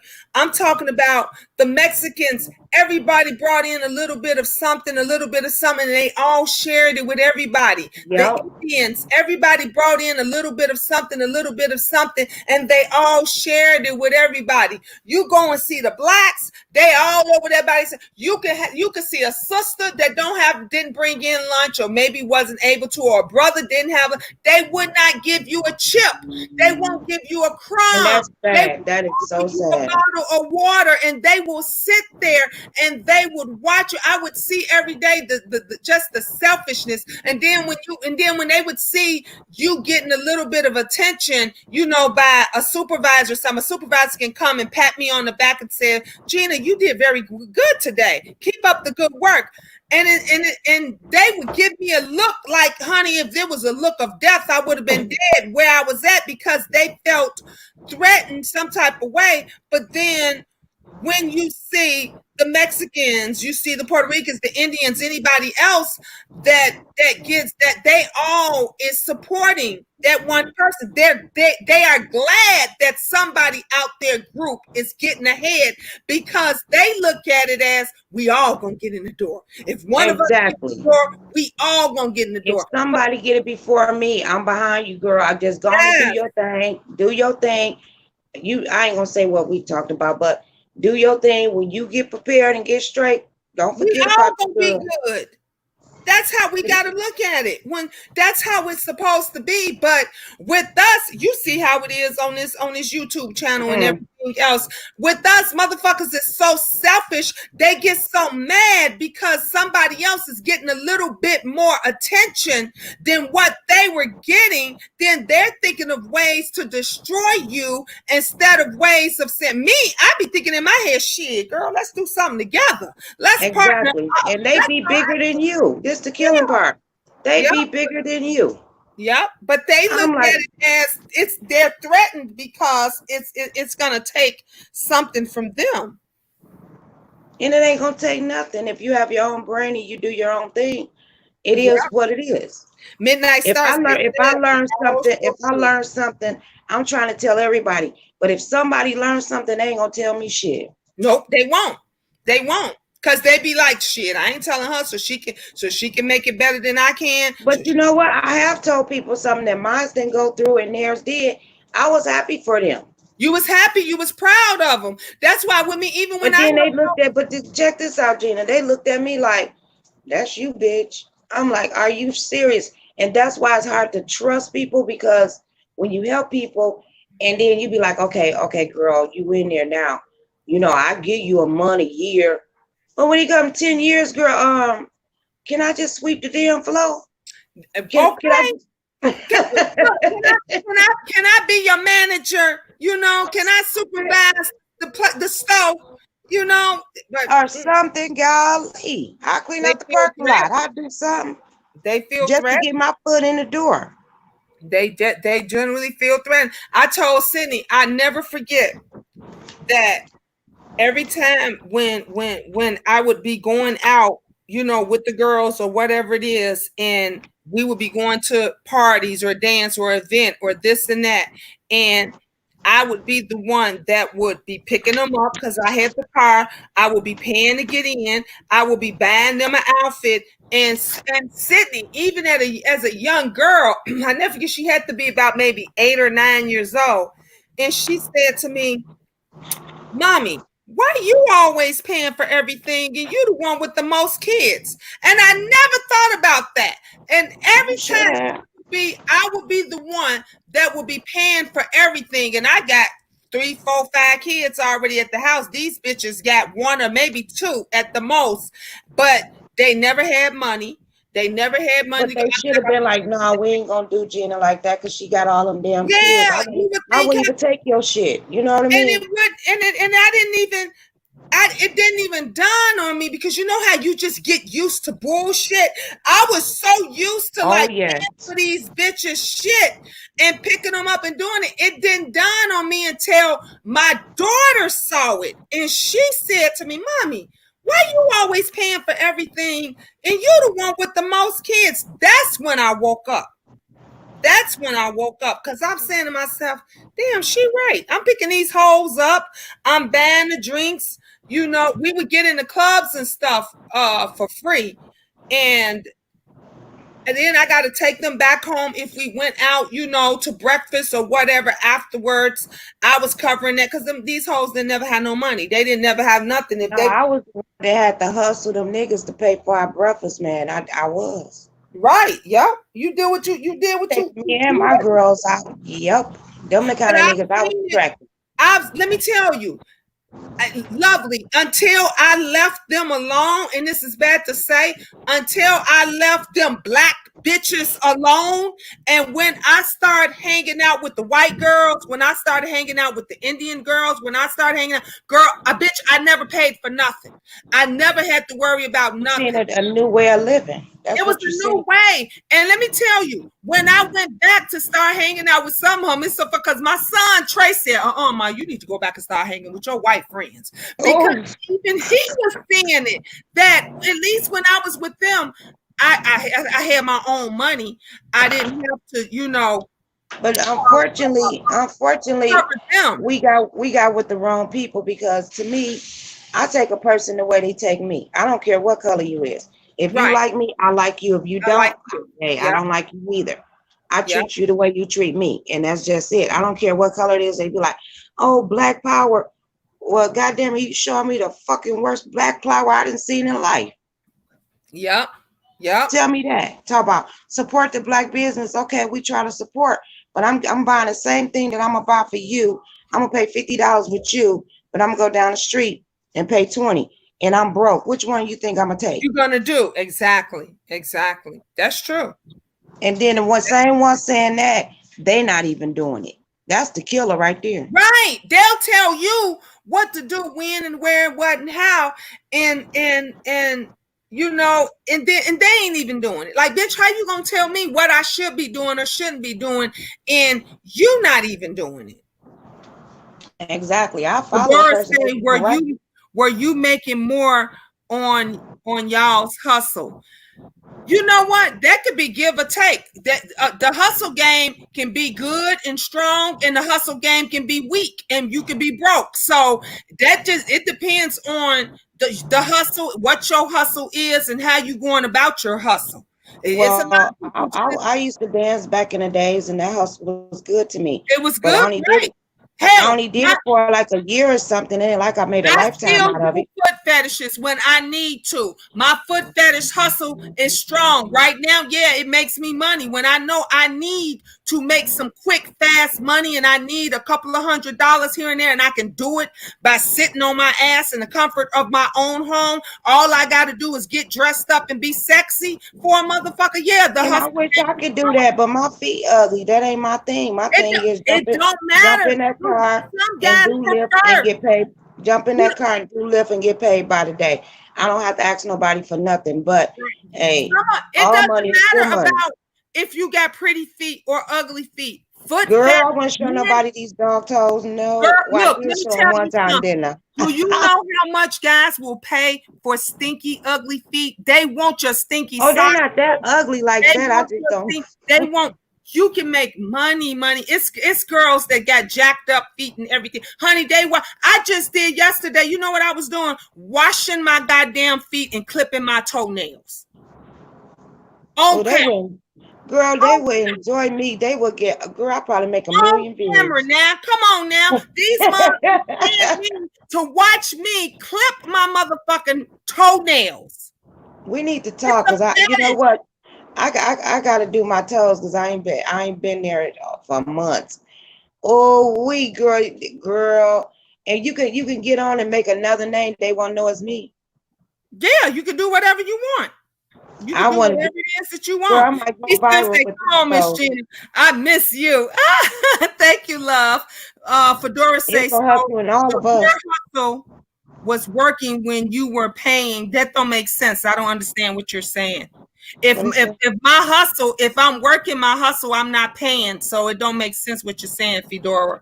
You got to ask another question because I'll do it as long as I don't got to show my face. I sure would do it. It might go viral. you don't have to show your face. You can show your face if you want to. Now, if you show your face, you make more money. If you get sexy, if you dressing sexy, you know how the hustle game go, bitch. You was a stripper. I You know know, right? But you know what? I could show my whole body, but these toes. Oh Lord, I can't show girl, these honey, toes. they wanted I would get butt naked. I would show it all. the foot But fetish community, honey. It is all about they want. Let me tell you something. They want to see the wrinkles in the feet. They'll tell you to show. Can I see the wrinkles? They want to see the heel. They want to see your heel of your feet. They want to see the top of your feet. They want you to wiggle your toes around, honey. The foot fetish. It's a kink. I It's a got a kink cute community. feet. It's just I don't like my toenails.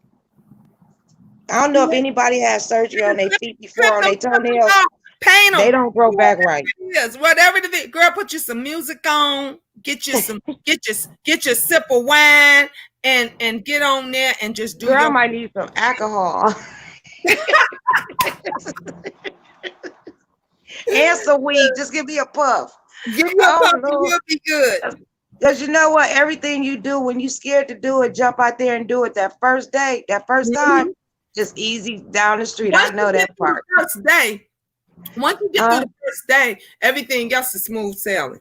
Exactly. Once you get over that hump of being scared, oh baby, you're gonna Mm-hmm. be like, man, I should have did this a long time ago. Hold up. Yep, honey. Like hey, you remember Gina when they started the sex phone line? Oh hell yeah, I remember And you that. know what? And then women's be looking like some butt out of something, and girl talk sexy as a fool to you, making money. No, That's Fedora when said I had a no. cute voice. And people's Fedora like, said, wait a minute. T Slim said, "Oh my God, Miss Gina and Lovely, I love you so much. We love you too, T Slim." we love you too, Say, girl. no, I mean when your girlfriends were looking for you to pay their way, you were doing more than them. No, I wasn't. When they were looking for me when they were looking for me, or when I was paying their ways, actually they had better jobs than I did. I just knew how to manage better. I knew how to manage my money. I was that type of bitch. Bitch, if I know we going out Saturday, that means the money that I make from Monday through Friday, I'ma save it. I'm gonna put it aside. If I know I want to go out Saturday night in a new outfit, I gotta make sure I put aside $50 for my new outfit. I gotta put aside another $25 to get in the club. I gotta put aside. I think this is what she's trying to say, because I'm gonna break it down to her. If it's your girlfriend and y'all out kicking it, and you be like, "Girl, what you drinking?" Or Right. you know, you don't think of what you spending until you know after. Over. Yeah, and then you be like, and then you wind up doing it again because that's your girlfriend. That's your girl, yeah. And I was the type, not just that, Lovely.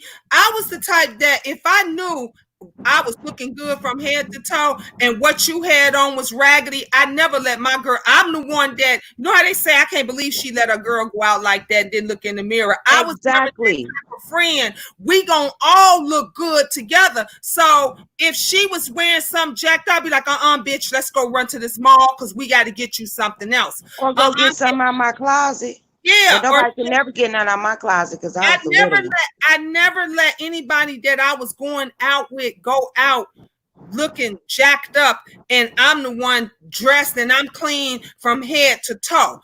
I just didn't do that. I don't. Now, you know what? When you go out with your girlfriends, this is what we do. Girl, how do I look? You be like, girl, you look fine. That ain't your girlfriend. And knowing you see some fucked up shit on her. Yeah, if she let you go out fucked up, then she hating on you from the start. Because you're a real man ain't gonna never let you go out looking jacked up. Exactly, because when we walk through the door, we walking with Febreze fresh, nigga. When we walk through doors, we wasn't just turning heads, we was breaking necks. Do you hear me? Okay. And then you're gonna smell the fragrance behind us like, what? Oh, yes. That? Everybody would wonder how I always, me and Cece was talking about this today. I miss them days. And Cece said, Mom, I do the same thing. I said, girl, you just like your mama. I would get my friends and I said, girl, we going to VIP. She said, we don't know nobody over there. I said, look, we young, we light skinned, we look good, we flawless, we hot. Everybody looking at us. I said, just grab my hand and follow my lead. Now, you really think that security gonna stop you from walking in the VIP and you look like you belong and y'all beautiful? Shit. Exactly. We walked. I walked. It ain't all about light skin, Jenny, because we're some black bitches like me out here. We was walking in too now.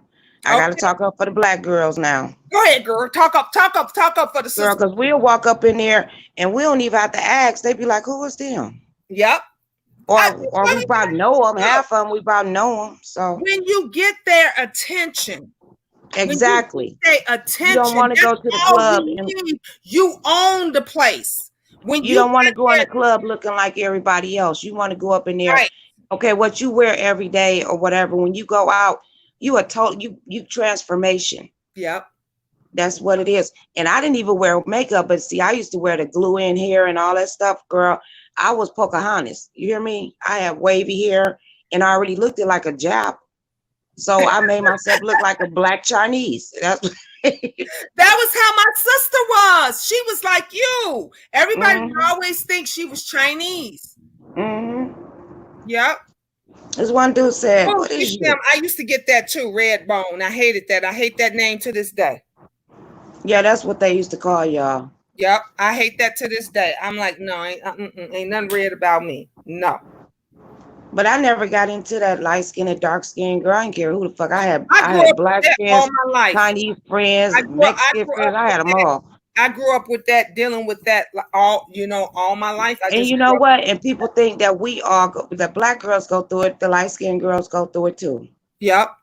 And they get it harder. They get it harder than us, though. Actually, exactly. We get it harder because it's no place for us to fit in. We don't fit in if they don't. Like, oh, you want to be white? You look white. They think, but you want to be, if they think that you trying to be white and then you ain't with that group, you getting pushed out. And then when you go and try to be, with the dark skinned girls, you get. I never forget.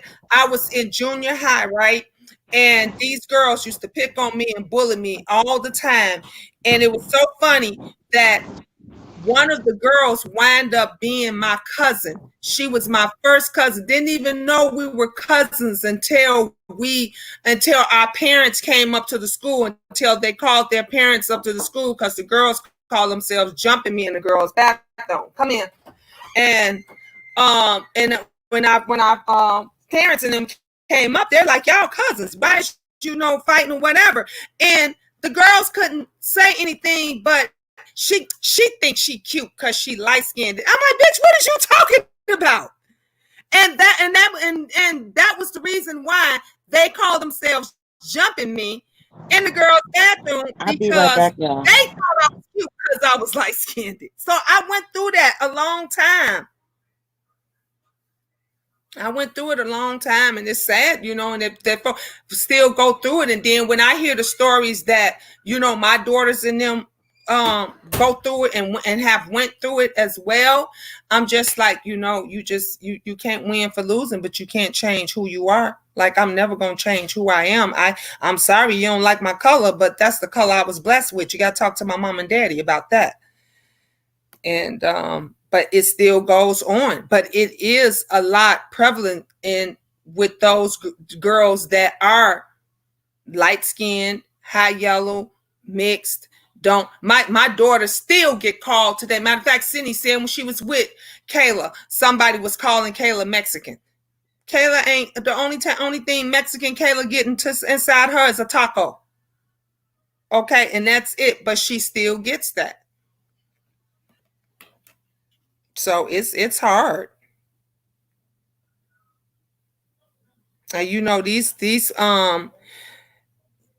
folks, they never gonna be fair, especially when somebody think that you're doing better than them, or you're getting more attention than they're getting, and it's taking something away from them, then they come at you. That's just how it is. Cece said today was, I just don't think I'm ever have a best friend. She said, Mom, you my best friend. My mama my best friend. I said, that's how it be sometimes, girl. You ain't got friends. You got people you socialize with. You have associates. You got those you socialize with. It's very, very hard. She'll find a best friend. She got to find somebody that got the same characteristic as her. That she compatible with. Yeah. She'll find one. Yeah. But it's so hard. It's so hard out here. That's why when I got my 20, 30 years, and when you get a friend, you don't just throw your friend away. Right. It's so hard to come by. My friend might cuss me out, tell me the real. I might don't want to hear it, but to tell me anyway. Yep. You get what I'm saying? I want you to tell me by y'all. I want you to tell me too. I'll never forget what my friend, who I grew up with, and she said to me, we were going out, and I said, you wearing that? And she was like, yeah. And I said, no, you're not. And she was like, Gina, she said, I just bought this. I said, well, bitch, take it back to the store. You're not wearing it. And after I redressed her and refixed her up and everything else, like she saw all of the attention and everything that she got.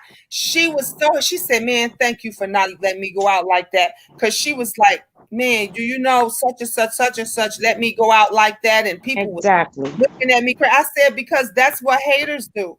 When you got somebody that don't, y'all ain't clicking and stuff like that, and they think that you're gonna take the attention away from them, they don't want to make you look better, because they already thinking that you're gonna get the attention and everything. But I was one to tell her in a heartbeat, bitch, you change your color. You ain't going with me looking like that.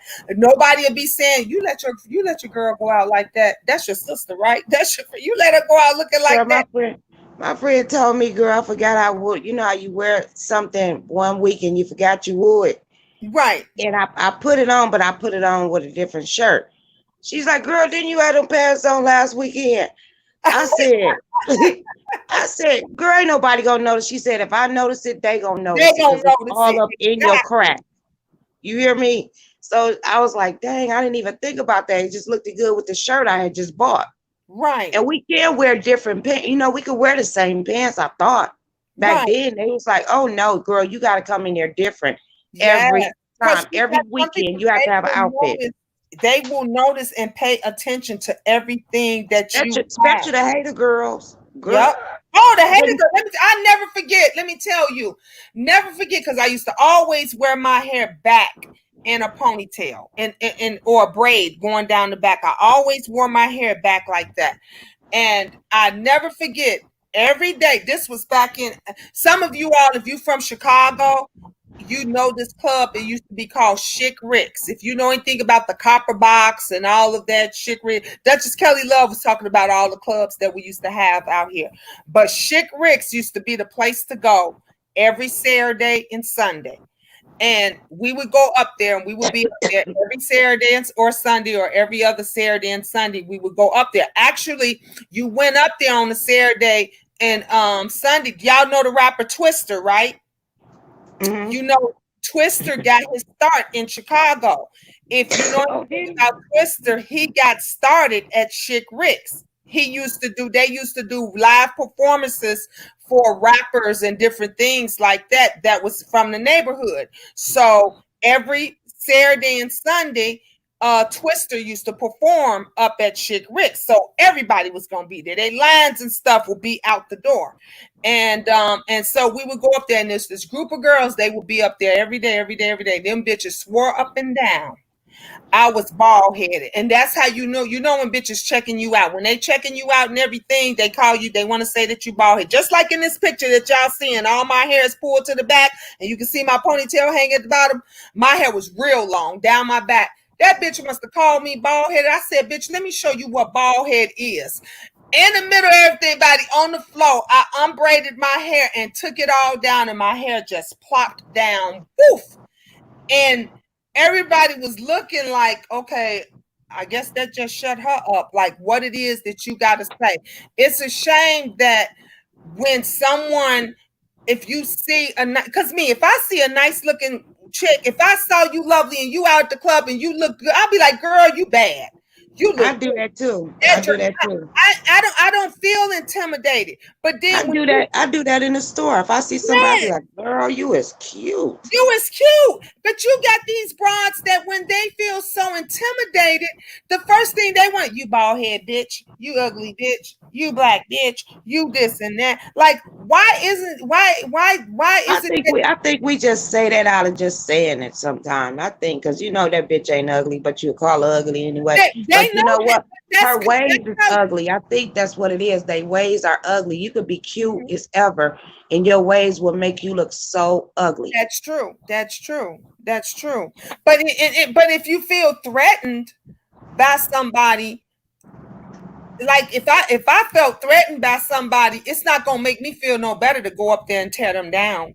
You know, exactly. I'm glad I'm not like that. I'm so glad. You know, but that's just how so many of them is. That's how a lot of these YouTubers are. These countries. I know. I'm just glad I'm not that person because they gotta be miserable. I'm proud of myself. I love myself. I just can't see myself looking at another person like, oh, I'm jealous of her. Oh, look what she got. Yeah. I'm just glad I'm not that person because I'm trying to put it in my head. How could you do that? Right. I still don't know. And I'm 50 and I still don't understand it. That's true. That T Slim, that's what me and Lovely was saying. If we like her shoes, her dress, her earrings, like I tell you in a shoe in a heart. I've been asking you where you got it from. Yep. I'll wear some from 2 years from now, or 2 years ago. They be like, girl, where you get this shirt? Girl, I be trying to wreck my brain. I said, if I could tell you, they probably don't make it no more. Because I keep stuff forever. Me too. That's how I am. I keep things forever for a long time and stuff because when you see it again, they're gonna be like, or either somebody had it and too many people still have it. They be like, that girl's still rocking it. They'll talk about you, but they missed that shirt, but we still got it. Cece said now every time she come over, she said, Ma, that's why I love being in your closet because you have stuff from way back. You keep stuff forever. You don't throw nothing away. She said, I be saying this thing came back in style, but my mama still got hers. You know, exactly. I don't have mine no more because my ex-husband got rid of our whole storage. That's why I don't have pictures of my kids, trophies, none of that. He destroyed me. He really did, but that's another conversation. But yeah, I had stuff from years and years ago. People give me stuff, I keep it. Yep. That's what I do. I keep it.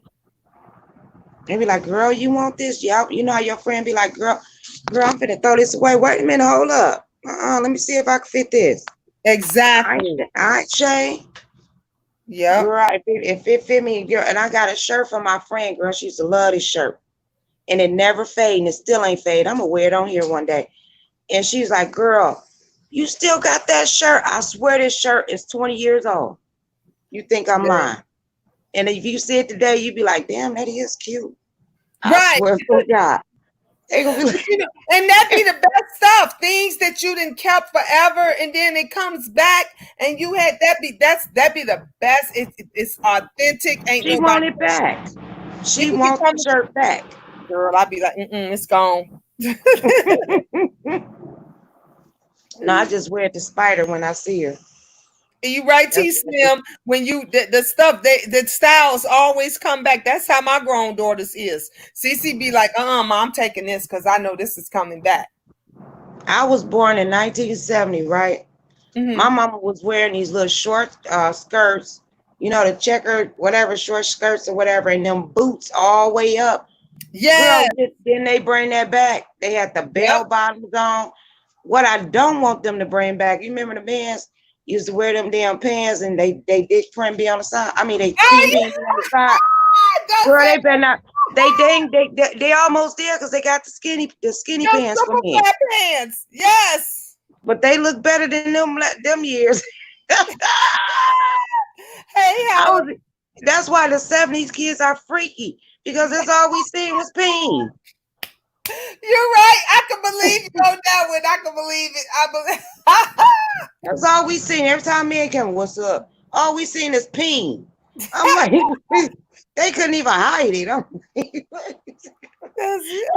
girls don't know about nothing now because these dudes walking around sagging pants. Like, what do you got? I want to see. I can't deal with it. Girl, that is so unattractive. Even when my son come here, I be snapping. Pull your goddamn pants above your ass. I do not need to see. I told my son they will catch you if you do something by your drawers. Yep. Because that's what we see is your drawers. Only thing a person be like, I know he had on when we went checker drawers. We went to Target last week. And little Farron kept saying, Mom, I need a belt. I said, what you need a belt for? He was like, because my pants keep falling down. They don't fit me. I said, okay, when we go to Target, we're going to look for you a belt. And we found him a belt too. And I was just so happy that he rather had asked me to buy him a belt than him walking around with the pants around his ass. Well, you know what? My son did it. And I used to get belts from the Goodwill all the time, 25 cents. Had plenty belts because he got whooped with a lot of them, and he still wouldn't wear them. Dang. He would just wear them pants. Hank, Mama, this is the style. I said, well, that style is really nasty. Nobody don't want to see your drawers. That's crazy. I'm like, see, that's just daytime, and I let him enjoy daytime. But and guess what he wearing now? What? Them skinny jeans like they wear. Oh, I'm dead. T Slim said, I don't play that neither, T. Wait a minute. He 32 and now he telling his son, pull them pants. You're right. Now see, T Slim. Now that really pisses me off. When they have a belt in their pants and it's still hanging around. Hanging. Now you know what pissed me off? When you see a big dude, knowing them pants is too small. And they let them hang so they look like they fit. No, them are too small because they got the skinny jeans for big dudes too. Right. But they the way they wear them, I guess that's the way they buy them or something. It's just they fab now. That's all it is. Yep. They'll grow out of it. I hate skinny jeans too. For one, I can't wear skinny jeans because my legs are too thick. My calves are too. I can't even. The knee. You can wear skinny jeans. They got the stretch ones. Girl, look. Everything I get is stretch. I ain't lying because my weight go up and down. And girl, I ain't got money to be Look, I don't even know what size pants I wear. you don't. I don't. I wear medium. Okay with you. Everything I get is stretch. I see. I don't like all that stretch stuff. Like I don't mind putting on a pair of stretch pants and a t-shirt or something if I'm finna go and run to the store or whatever. But if I'm going to wear like a nice pair of jeans or my jeans and my boots or my heels or something like that, I want them to fit nice. I don't like those damn skinny jeans or thin But you stretchy. know what? You tall. I'm short. I'm only 5'2". Oh, If well, I yeah, wear anything I'm kind of different, 5'7". I look Didn't I funny. just wash them damn blankets? No, these are from last week. You say that every No, time I'm you really bring saying them up in no. stick them in the wash machine. But yeah, I'm short, so it's certain things that I can't wear. You Yeah, know what I you're mean? right. That is true. And I ain't got no neck and I got a big pie face. I mean, it's certain things I can't You do. do not have a pie face. We Girl, looking at yes, I your do. picture right Girl, now. they You used to got a call pretty me face. Pumpkin. I had a pumpkin here. They used to call me Pumpkin. All my family members still call me this day. Hey, Pumpkin. No, it's See, lovely I'm love. 5'7". T Slim says she 5'8". I'm 5'7". See, y'all taller than me. Yep. But see, I'm tall, but I'm thick. And that's why I I don't got look these bad. big You get what I'm boobs. saying? Could I you got imagine these me big being hips. 5'2" and being fat? I look like Ella. You know who Ella is? Who is Ella? On the pains. That's what I look like if I get fat. Oh my But I gosh. don't think fat in my genes because I eat. Well, I'll eat like that, but what is they finna throw away? Hold up, babe. We might need that for my plans. Hey, y'all, don't break that. Hold up. Hold on, y'all. Oh, wait, I'm sorry. Hold up. She going to get her a stand for her plants, y'all. It's been warm out here. For all this dang on rain we've been having. I have a little junk in my little truck. You say you got a little junk in your little look. I got junk in my trunk too, but honey, these boobs ain't going nowhere. These babies run in the family. They are not going anywhere. No time soon. Yeah, this was a great conversation. I'm glad that we came on. A lot of you guys are gonna have to go back to the beginning so that y'all can hear the joke. Y'all missed the joke that I played on here. So y'all definitely gonna have to go back and listen to it. It was I'm back. I'm I had pissed. I'm lovely, hollering. lovely. I was telling everybody about the joke that I played. I told everybody, I said that they gotta go back and look at the beginning Girl, of that was a good one too. Yup, y'all got to go back. That was a good one. Now y'all heard me hollering, right? Don't throw it away. I need that for my plants. right. We Oh, heard you say it because I just said lovely going to get her a stand. yup, guess what they did? What? Threw the parts. I kept hearing them throwing the parts in the dumpster. You know, like the shelves. I need the shelves for my plant. Right. I'm like, these some dirty mother uffer. They threw it away. They threw it in there. Yeah, they send me out here because I know who they is. And I'm like, hold up, wait a minute. Before you throw it in the Okay, garbage. go back to what I was saying about see how spiteful people is. See how hateful. Now they was throwing it away anyway. What was the problem with them giving it to you or sending I it? don't know, because I'm trying to make my patio look like living. Right? Don't know. See what I'm saying? It goes back to what we were saying. People don't want you to get ahead. And they throwing it in the garbage anyway. And if we didn't want it, I'll throw it in the garbage. Oh, T Slim, you should have. We had a great time. You should have been here. Them was nothing but some hateful ass people. That don't make no Hey, sense. beautiful. That's my neighbor's grandbaby. Oh, But yeah, I had a good time tonight, y'all. And I ain't even drunk. See y'all? See, I know. Look, the whole time. Look, everybody they gonna say, "Ooh, lovely." They gonna say, "Oh no, that's Gina girl. She know not to get on there drunk." Right. They gonna have something to say. Lovely. I was just gonna say they gonna say you was showing favoritism. Exactly. Oh, she ain't gonna get drunk. She gonna wait till later on the night when we be on, get on there cussing everybody out. She wasn't acting the fool and stuff on there. I ain't been acting. I might. I don't know. I don't think so. Babe went down there and looked though, because if he can make it work, I need a stand. That would have been perfect. God, I don't want to buy this stuff. I want to come out here and pick it on a patio. We should do something fun for tomorrow, Saturday. I don't think nobody got nothing to do. We should have us a party. Babe off this weekend. I don't know. I hope he sleep the whole weekend. Is he? Yeah, I hope he sleep though. I love my baby, y'all. Don't get me wrong, but I be wanting to get up on here and I don't be wanting to, You can't disturb him.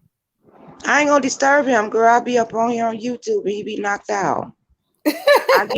I give him some cookies and knock him out just for y'all.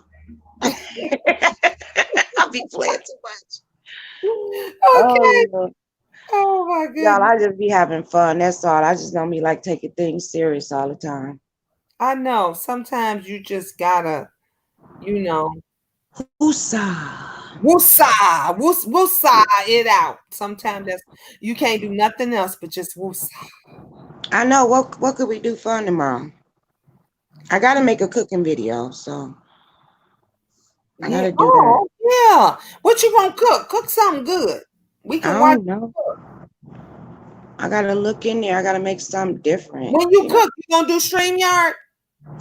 Yep, I'll be trying to, because my computer, I can only do so much. So I just learned that I can look at my phone. Well, not just learn, but look at my phone and see my comments. But I can see it, but my phone moves kind of slow. Mm-hmm. But everybody on StreamYard can see it. Oh, okay. I'm trying to get it together because me and Design supposed to be cooking now. She said that. She told. I know, but we didn't do that because I had a lot of things going on last weekend. You had some stuff going on with the family. So we decided, I'm not for sure, oxtails. Girl, I went to the store and looked at them oxtails, $26. Girl, I like to pass out. I like to pass out, but I got a blessing. I would have passed out. Girl, I got a blessing, so I could put the other half on there, and then I'm going on to get them. Oh, okay. Because I ain't got it like that, man. I don't, and I be trying. Honey, you ain't got to tell me. I work with what I got in my kitchen. Whatever it is, I make it act like it's that meal. I just told everybody I'm gonna go back to do. Remember when I used to do the mukbang videos and on a budget? I told them I'm gonna start back doing my. I did that too. And you know what? Let me tell you something, Gina. I watch you eat. I said, this motherfucker start eating on here. Girl, you have people running over here from the mukbang because the way you eat. Oh yeah, I eat. My kids they say, Ma, you make me. I don't know what the hell you be eating, but make it look good, don't you? Yeah.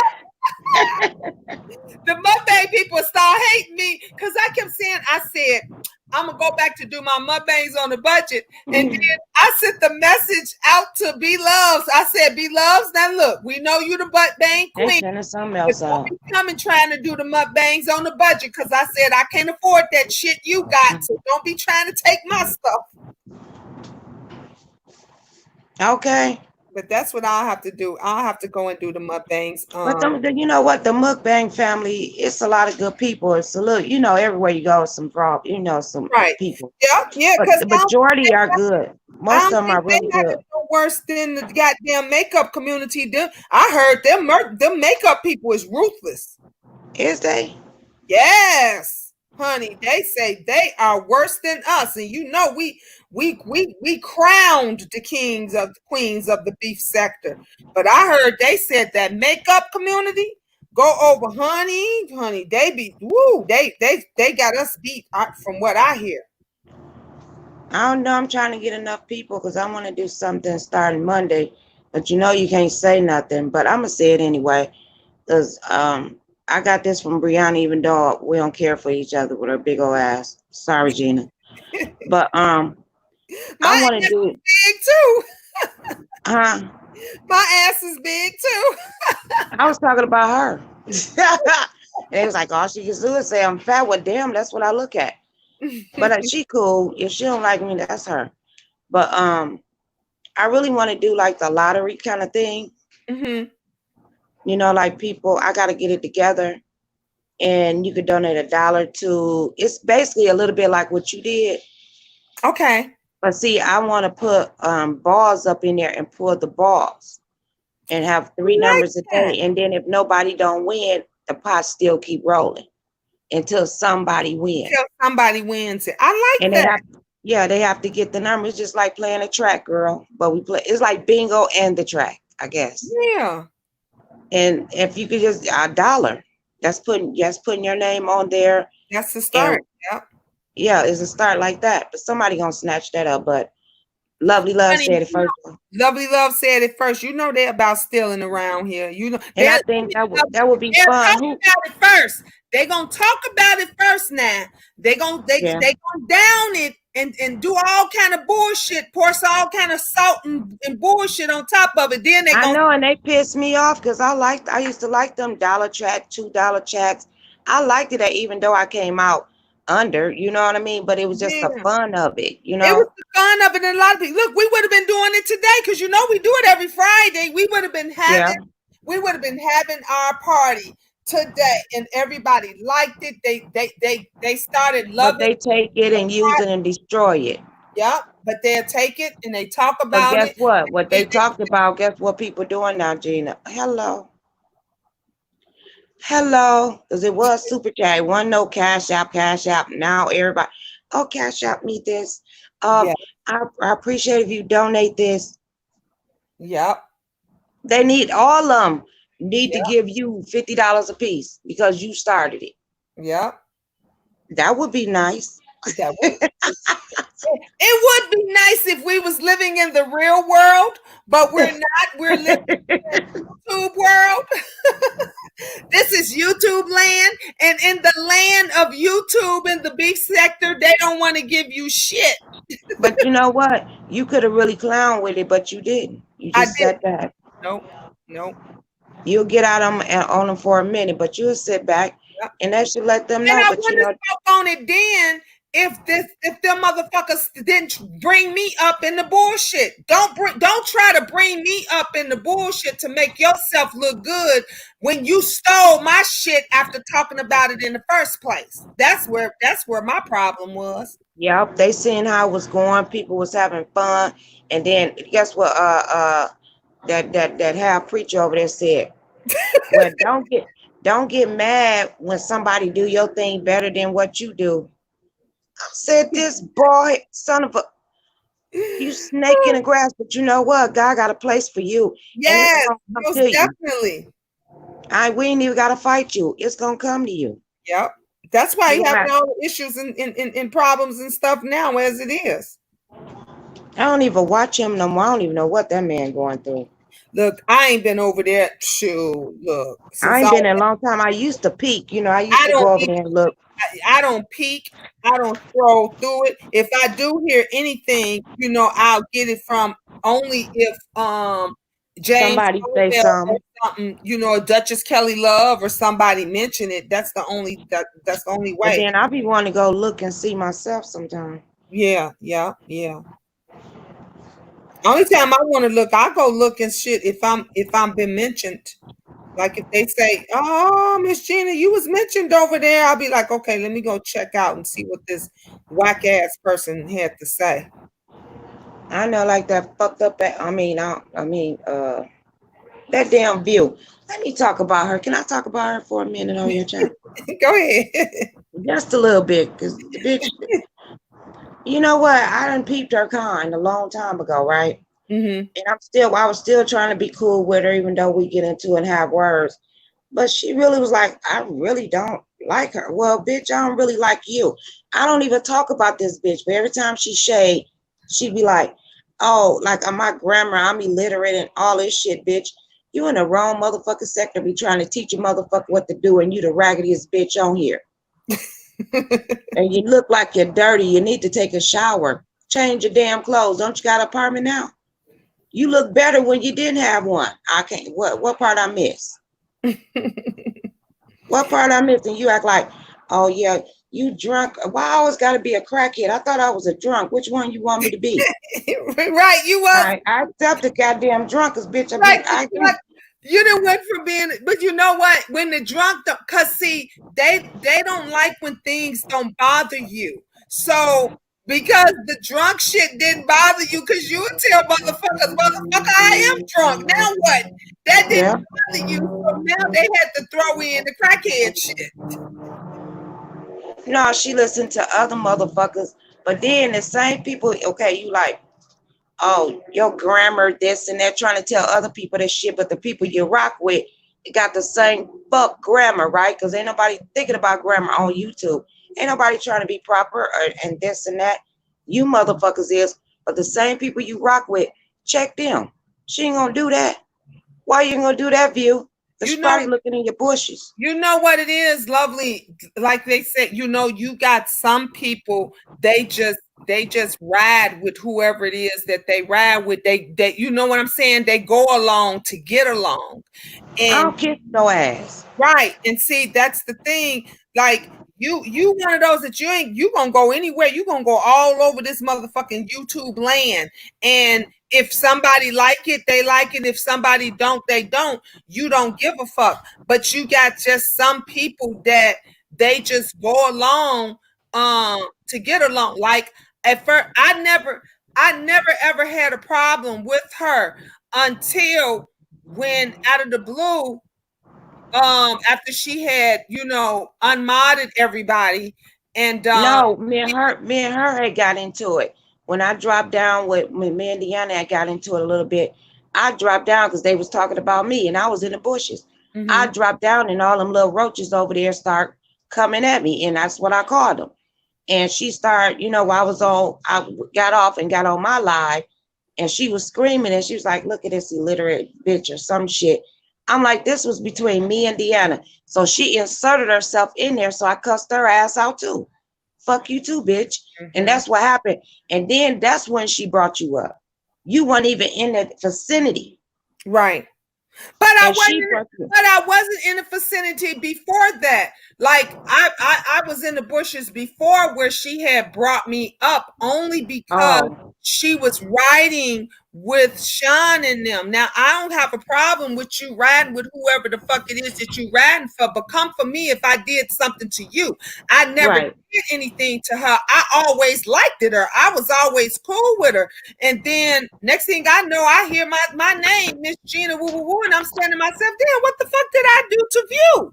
I was the first one when she did that video to go over on her platform. Remember, I had just moved in my house to tell her I welcome you. If you I remember that. Remember, I was the first one, so it kind of hurt my feelings that she came at me, because I'm like, damn, what the fuck did I do? But then I understood. I seen after that, after, you know, they was showering her with money, and then they was, you know, I was showering a little raggedy bitch with money too. You know, they paid for her trip. They put her up. You know, they did that whole Vegas, you know, thing with her. So she looked at it that I guess that was her family, and whoever they was against. She said, this is what this wench said. She was like, I'm not with Club Chat, bitch. You rolling with Club Chat. And then she riding with Tracy right now, right? But remember when Sean kicked Tracy to the curb? She was like, I ain't never liked the bitch no motherfucking way. You remember that? Yeah, I remember. And now she kissing 10 tons of her ass. I said, bitch, I don't do that. I don't give a fuck. I am not doing that. Is you crazy? But see, again, that's where it goes to, like I said, you got people out here that they go along to get along, you know, before you know it, next week, next month, you know, next year, it'll be somebody else. The difference this is what I don't understand. Okay, all this shit is a big old circle. We all know each other, right? But how you gonna keep running from this place to that place instead of trying to get along with everybody? And you might have beef with everybody. Right. I like it like that. But then don't just say, I'll say something they do favoritism because, oh, these people getting these numbers now, we gonna ride with them, and I'm But like, that's okay. fucked up at. That's why you watch and you know who to be one way with, and you know who to be another way with. Hell, way back, you knew I was rocking with Tracy from the start, and you used to say to me, "I don't like her ass, but you do, so I ain't gonna say nothing." Exactly. That was our understanding, but that never pulled us apart, because that's who we were and that's who we still are. That doesn't pull us around. But you got these other motherfuckers, they can't be grown adults like that. They can't be, well, I don't like her no more, but guess what? I'ma still be cool with you because you didn't have nothing to do with it. No, these motherfuckers figure I ain't riding with that person no more, bitch. Fuck you. I'm not riding with this person no more, bitch. Fuck it. That's how they is. It happens to everybody. But they try to make a big old thing about us. I was like, no, baby, we cool. Yep. What is you talking about? And because again, they don't see me in your chat no more. I did this for a reason. They don't see me in your chat no more. And I was like, yeah, let me see how long this gonna rock. Because they gonna wonder, oh, what's up with Lovely Love? I'm doing my thing. I got my own channel. They want to wonder because they like to keep things going. I was gonna say, let me shout out Boss Lady Talk, because she a real one. She is real. Exactly. I love her because Boss Lady got on here and she says, Gina, I don't have no dog in this fight, but I know what I see. And she said, you and Lovely been rocking for a long, long time. Y'all talk this shit offline, and I love her for that. I love her. I had got off the line. I could have stayed on there and argue. Yeah, it wasn't gonna be no good. And it was just like, we worked it, we talked about it and stuff and everything off. But that's another reason why I love Boss Lady. And at the same time, I was going through that stuff with that lady over there. Mm-hmm. I was going with that stuff. I'm like, you had a lot of different things, stuff that was going on at that time. Exactly. But I was handling it. I can handle it by myself. I didn't come over here and be like, Gina, look, blah, blah, blah, I need your help. Nah, I can stand alone. I can handle myself. Like you can handle yourself, I can handle myself. And people don't understand that. Right. Yeah. Yeah. And they try to make a big old little issue out of nothing. That's why I came on. I said, no, Gina, you misunderstood. Because maybe I did say it wrong because I got all this other stuff going on, and then that's the way it came out. But I'm just so blunt, and when I'm being blunt with you, when you're on the phone, is different than putting it on screen because people are going to look at it a different way. Yep. And that's why I was like, okay, I understand what she's saying. I understand how she feel, but these people ain't gonna tell me. I'll say, you know what, Gina, we'll talk offline, and that was it. I still didn't talk to you offline. Not during that time. I did 2-3 days. Girl, I had to handle all that stuff. All that stuff I had messed up. I ain't even mess up. You know what? This is Lovely Love, and if she a bitch, she a bitch. This ain't the first bitch she been called. Right. They act like you call them a bitch. They butt hurt. But see, Lovely, that thing is, people don't understand. Like I said, remember me and you talked about this before. It's where you come from and it's how you grew up. So they don't understand that when you say bitch, you're not saying like bitch, fuck you, bitch. You ain't saying it like that. You're saying it's the term of endearment. And depending on, just like when these guys say, nigga, that's my nigga. What's up? Woo, woo, woo. Right. It's a term of endearment, but then when you get called when you call a bitch, a difference. Yeah, but you got some people on here, they don't know the difference. So when they don't know the difference and you say it, you got those that's in shock, like, oh no, she didn't. Oh my God, did she just call her a bitch? And you didn't mean it the way they thought you meant it. So I wasn't even talking to that lady. I was talking to Miss Pizarro. That's how all that started, because Bless cut me off and they thought I was talking about her, and I wasn't. I was talking about Miss Pizarro, but then after a while I said she is a bitch. That's how that went. Because I had to go back and look at it. It ain't no shutting your ass up. That's what it is. Once you get started, it ain't no shutting you up. Okay, I'm gonna be quiet. No, I'm good. I'm good so far. What time is it? You good now? Because you look, have you had a couple in you yet? Girl, I got 3 glasses of wine. That ain't nothing, girl. That's I drink nothing. alcohol. And when Girl, I get off of here, I'm gonna make me a fruity alcohol drink. So I might be up to like 2 or 3 o'clock in the morning. okay, so I'm gonna be up too. But don't you But bring I'm gonna get on my live. I'm tired of going to other people's lives and okay, get. I'm gonna come over on your live. Don't your ass get over there acting the goddamn. Oh Lord, no, Gina. I don't need Mama here. I don't need. I'm Because coming then you over there on your live, and when you act a fool, I'ma you hang up going to with your sleep. ass. I'm gonna put it in the word right now, girl. Go to sleep. Go to sleep. Go to sleep. I'm just saying, go to sleep. No, I ain't gonna do nothing, y'all. I'm just playing though. But yeah, girl, I might be sleeping in a minute. I'm so tired. Some of them, I don't give a damn what they say. It's people that's watch your ass, and when you do come on those panels and those live, they get their whole life. Because let me tell you something: if it wasn't for you getting up there acting a fucking fool and them laughing, you is the entertainment. It wouldn't be no entertainment for that day, that night, that evening. They wouldn't have no content to talk about for the next 2-3 days. Well, they shouldn't mess with me. I could talk. I'll sit up and be cordial. But I have a voice too. Don't act like, oh, you shut up, bitch. You shut up. The fuck? I could have sworn I'm a grown motherfucker up on here. Who kid is? I could have sworn my mama way up under the ground hole. See, that's the way I be thinking. Right, Nobody, right. my mama couldn't even tell me what to You do. be like, my mama Think ain't another bitch to control tell me me, what to so do. I ain't gonna let nobody else come in here and control me. Less than I let them. Right. You know, it's certain people's on here that I do listen to, but they can get it too. Yeah. It don't matter. Hell, anybody can get it. Like you said, Exactly. Like anybody can get it. It don't matter. Hell, And you probably like Miss Pizarro, but you know what I've been seeing and noticing? She get on everybody's channel and holler, but they said I do it. No, she do this. She don't even do nothing else but this. Like, what is her angle? It's a lot of people do. It's a lot of. What is the angle of that? Everybody do the same shit. That's why I don't understand what the problem is, because everybody does the same shit. Oh, I love her. I love her until she says something. Then she'll be the bitch next week.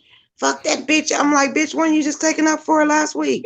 Pizarro is just like you, though. That bitch ain't like me. She's gonna go toe to toe to the end. That bitch like to holler. Let nobody get the last word. You not. Y'all no, she can get it. No, she can get the last word, Gina. But she just holler and she jump in. And they be like, "Oh, lovely, you being disrespectful." You don't be seeing. No, but wait, let me finish. Oh, lovely, you disrespectful. Well, what the fuck this bitch doing every single goddamn on day? I don't do that every day. But lovely, you already know when it's favoritism on. I already know that. That's why I enjoy it. 100. It's favoritism when you going on certain people's platforms. Girl, I love it. Production said yes. It is. But you know what? I love it because it's a challenge. No fuck shit, because you know what? They gonna be like, no, you know Miss Gina gonna favor Lovely. She gonna let Lovely do what she don't. No, Gina, you better tell them no, you don't. They don't know that though, but that's how they think. That's how they think. You know what? I love it because you know what? I'm going into a situation I know I'm gonna have to fight to get out. I've been doing it all my life, so I'm used to it. I ain't used to arguing though, but this is a new thing for me, and I'm kind of liking it a little bit. I can't with you. Because it take the content creator to put me on there. If you be like, nah, lovely, I ain't fuck with you, girl. I go find somebody else on their panel. And I wouldn't even be mad at them. Because I'm searching to argue today or tonight or whatever. See, I'm telling you, Cece is your daughter, because she get over here and she be like, I don't know why they pick arguments with me, because I like to argue. I like that shit. I don't even like it, but I'm learning to like it. Yeah, see, you just said you learning to like it. She was learning to like it too. That she love it. Girl, and then I get off, girl, I'll be tickled pink when I get off. And then I can't wait till I wake up in the morning and be like, that goddamn love you stupid bitch. Move your bed. It might be behind your bed. You move your type. You look everywhere. I be loving it, girl. It's got. Did you look at your sheets? I'm learning to. Y'all done made a monster out of Lovely Love. We did. Yep. You're a monster. You're a nightmare, Lovely. It's got to be But in I'm such a sweet lady. Angel Don't hate me. Don't hate the game. Don't hate none of this. It's entertainment, right? Don't everybody say it's entertainment.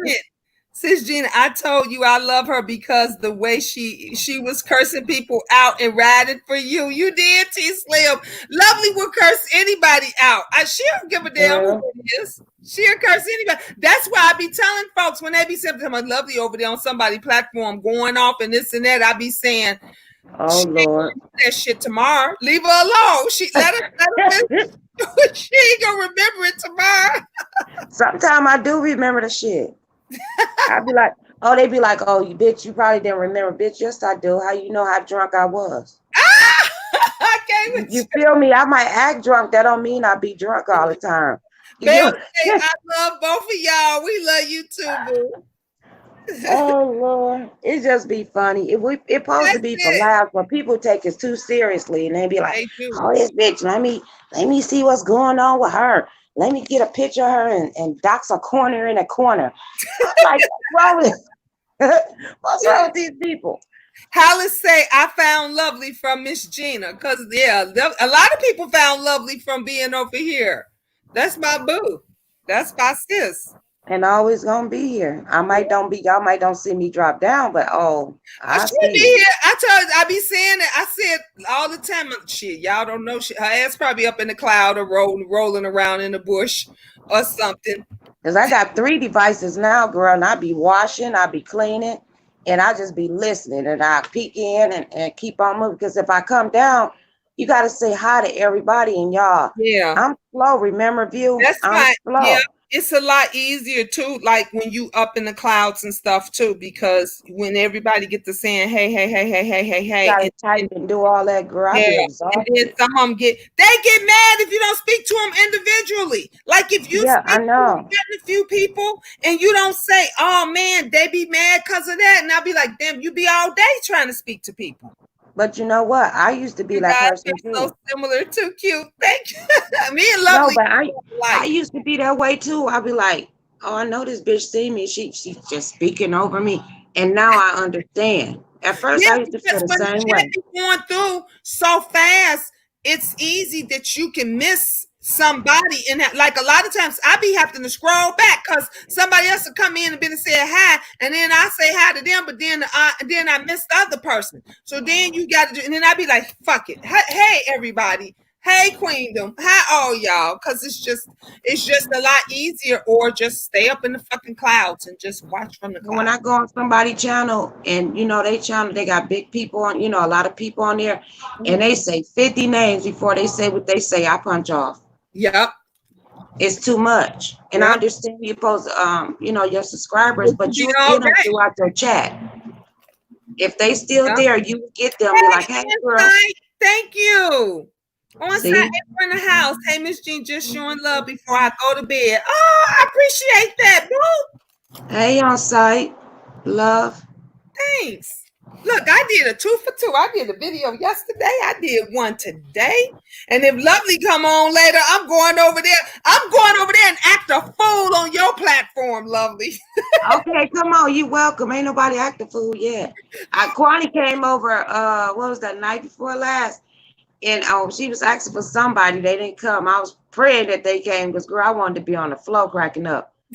I ain't going to need a lot. I want the first drag that I have on my StreamYard because I ain't had one yet. You ain't had one yet? Oh, shit. We got that I can't control. You know what I mean? Lovely love. This being Lovely used to be cool. And loaded, just waiting for somebody to talk about my Gina. That's her, yeah. Yeah, I used to be on them like, what the fuck? Because they be doing shady shit. And then be in your face like, oh, I love you, Gina. Oh, bitch. Yeah, I couldn't say it on your shit. Yep. Yeah, they still do that fuck shit. You ain't see when I was over there. I was doing a block party. You probably was in the clouds, and we was blocking folks left and right. I blocked so many people. I was blocking cool people. I know, I know you. I've seen it, but I think I was busy that day. I was pushed. Oh, I know. On site, say hello, chat. I gotta go see it because I didn't see it on site, but I heard about it. Heard about what? You ain't hear about? Did you see James Caldwell video? Yeah, I seen some of it today. Okay, so you gotta watch his. You gotta watch On Site in Deanna's, honey. It's been going down with that craziness stuff in the book and them coming at James and talking about it's just back and forth, just crazy. Who came for James? You know you ain't see James' video. Him and Sean is into it. Yeah, but they been into it, I thought. Yeah, they've been into it, but it's just some recent stuff just came up. Girl, go over there and watch the video. You slow. I'm slow as hell because I've been busy, girl. I've been out here hustling for some money so I can get some cash out. I've been watching them since I was watching it this morning. I didn't catch up on James' video till this morning. I was like, look, I'm catching the replay right now. I wrote a message to him and said, I'm catching the replay right now. Good night. I watched some of it, but I didn't watch all of it. You know, I skipped through stuff. You gotta watch all of it. I'm still trying to catch up on these videos. Like these folks is pressed and bothered and I know all I remember is about the book and Sean and all that. I be needing my peace, honey. I be like, I have to go away. I be needing some laughter. It's like tonight, we ain't had nothing but laughter over here. We been laughing and tripping out. This has been a good live stream. And I cussed the little people out a little bit. Yeah, you cussed it up. But see, that wouldn't be you. Lovely, if you had went through the whole stream and you didn't cuss somebody out, they would have been like, okay. But I have though. They was used to that lovely love, so nice, bitch. Y'all keep talking about me. Y'all made a monster out of me. You're the big monster. Cece is the little monster. She following behind you. She is definitely. Y'all, this was a great live stream. We've been on here for 2 hours, 2.5 hours. Let me get up off of here. Y'all, everybody, if you have not subscribed to Lovely Love, please go sub Lovely now. And when she come on, I'll meet y'all over there at Lovely's place. I love you guys. Mwah! And ta-ta love for you now. Guys. I have to pee right quick. Look, she stopped in the middle of my stream to go and pee and don't even tell nobody. Because you was talking. I just told everybody that when you come live, we're going to all meet up over at your place. Oh, that'll be nice, y'all. I'm finna go on in a minute, girl. 3 glass of wine. Y'all think I had to pee by now? Oh, yeah. Yeah, you should have. And if you're going to make that daiquiri, you're going to have to pee a couple of more times because them daiquiris send you to the bathroom. No, I think I'm going to give me some vodka and some apple juice and maybe some Sprite. How that sound, y'all? Oh, that sounds good. I'm going to get me some Moscato. So that Moscato is sweet. I got something new for you. I know. I told you I like that sweet shit. No, my wine I got is sweet, but it's crisp. Oh, see, you know that it's called Bella. You could get it at Walmart. It's that I don't know. You can't put in the refrigerator. Kids might start sneaking it. That's how it happened. Okay, see, you know, yeah, you got to put it in the refrigerator to chill. Yeah, you got to watch them because they'll try.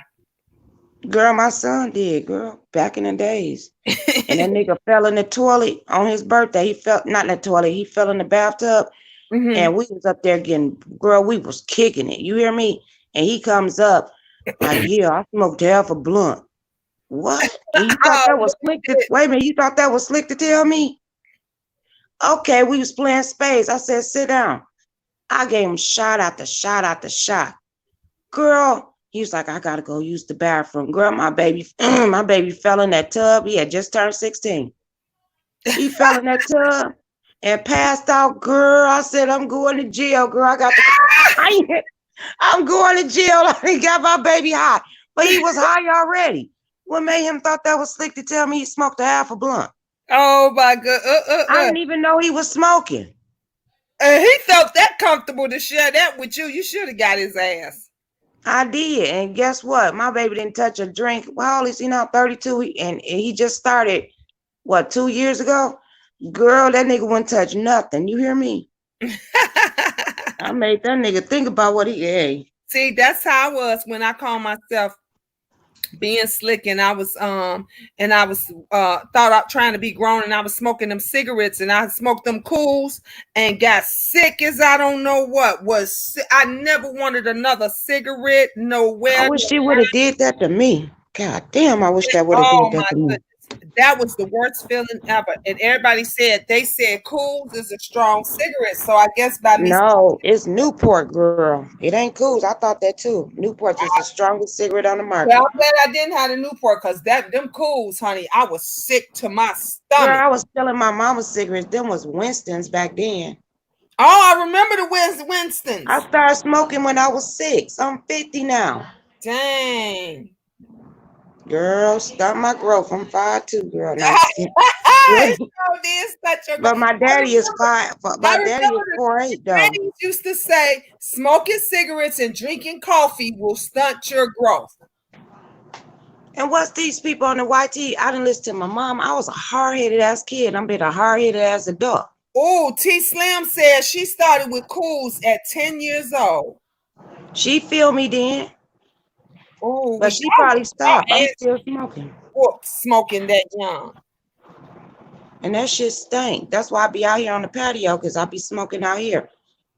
But when it got cold, girl, I started smoking and had a patio door open with the heat on. You being out. Oh my goodness. I tell these people, I'm not gonna lie to you.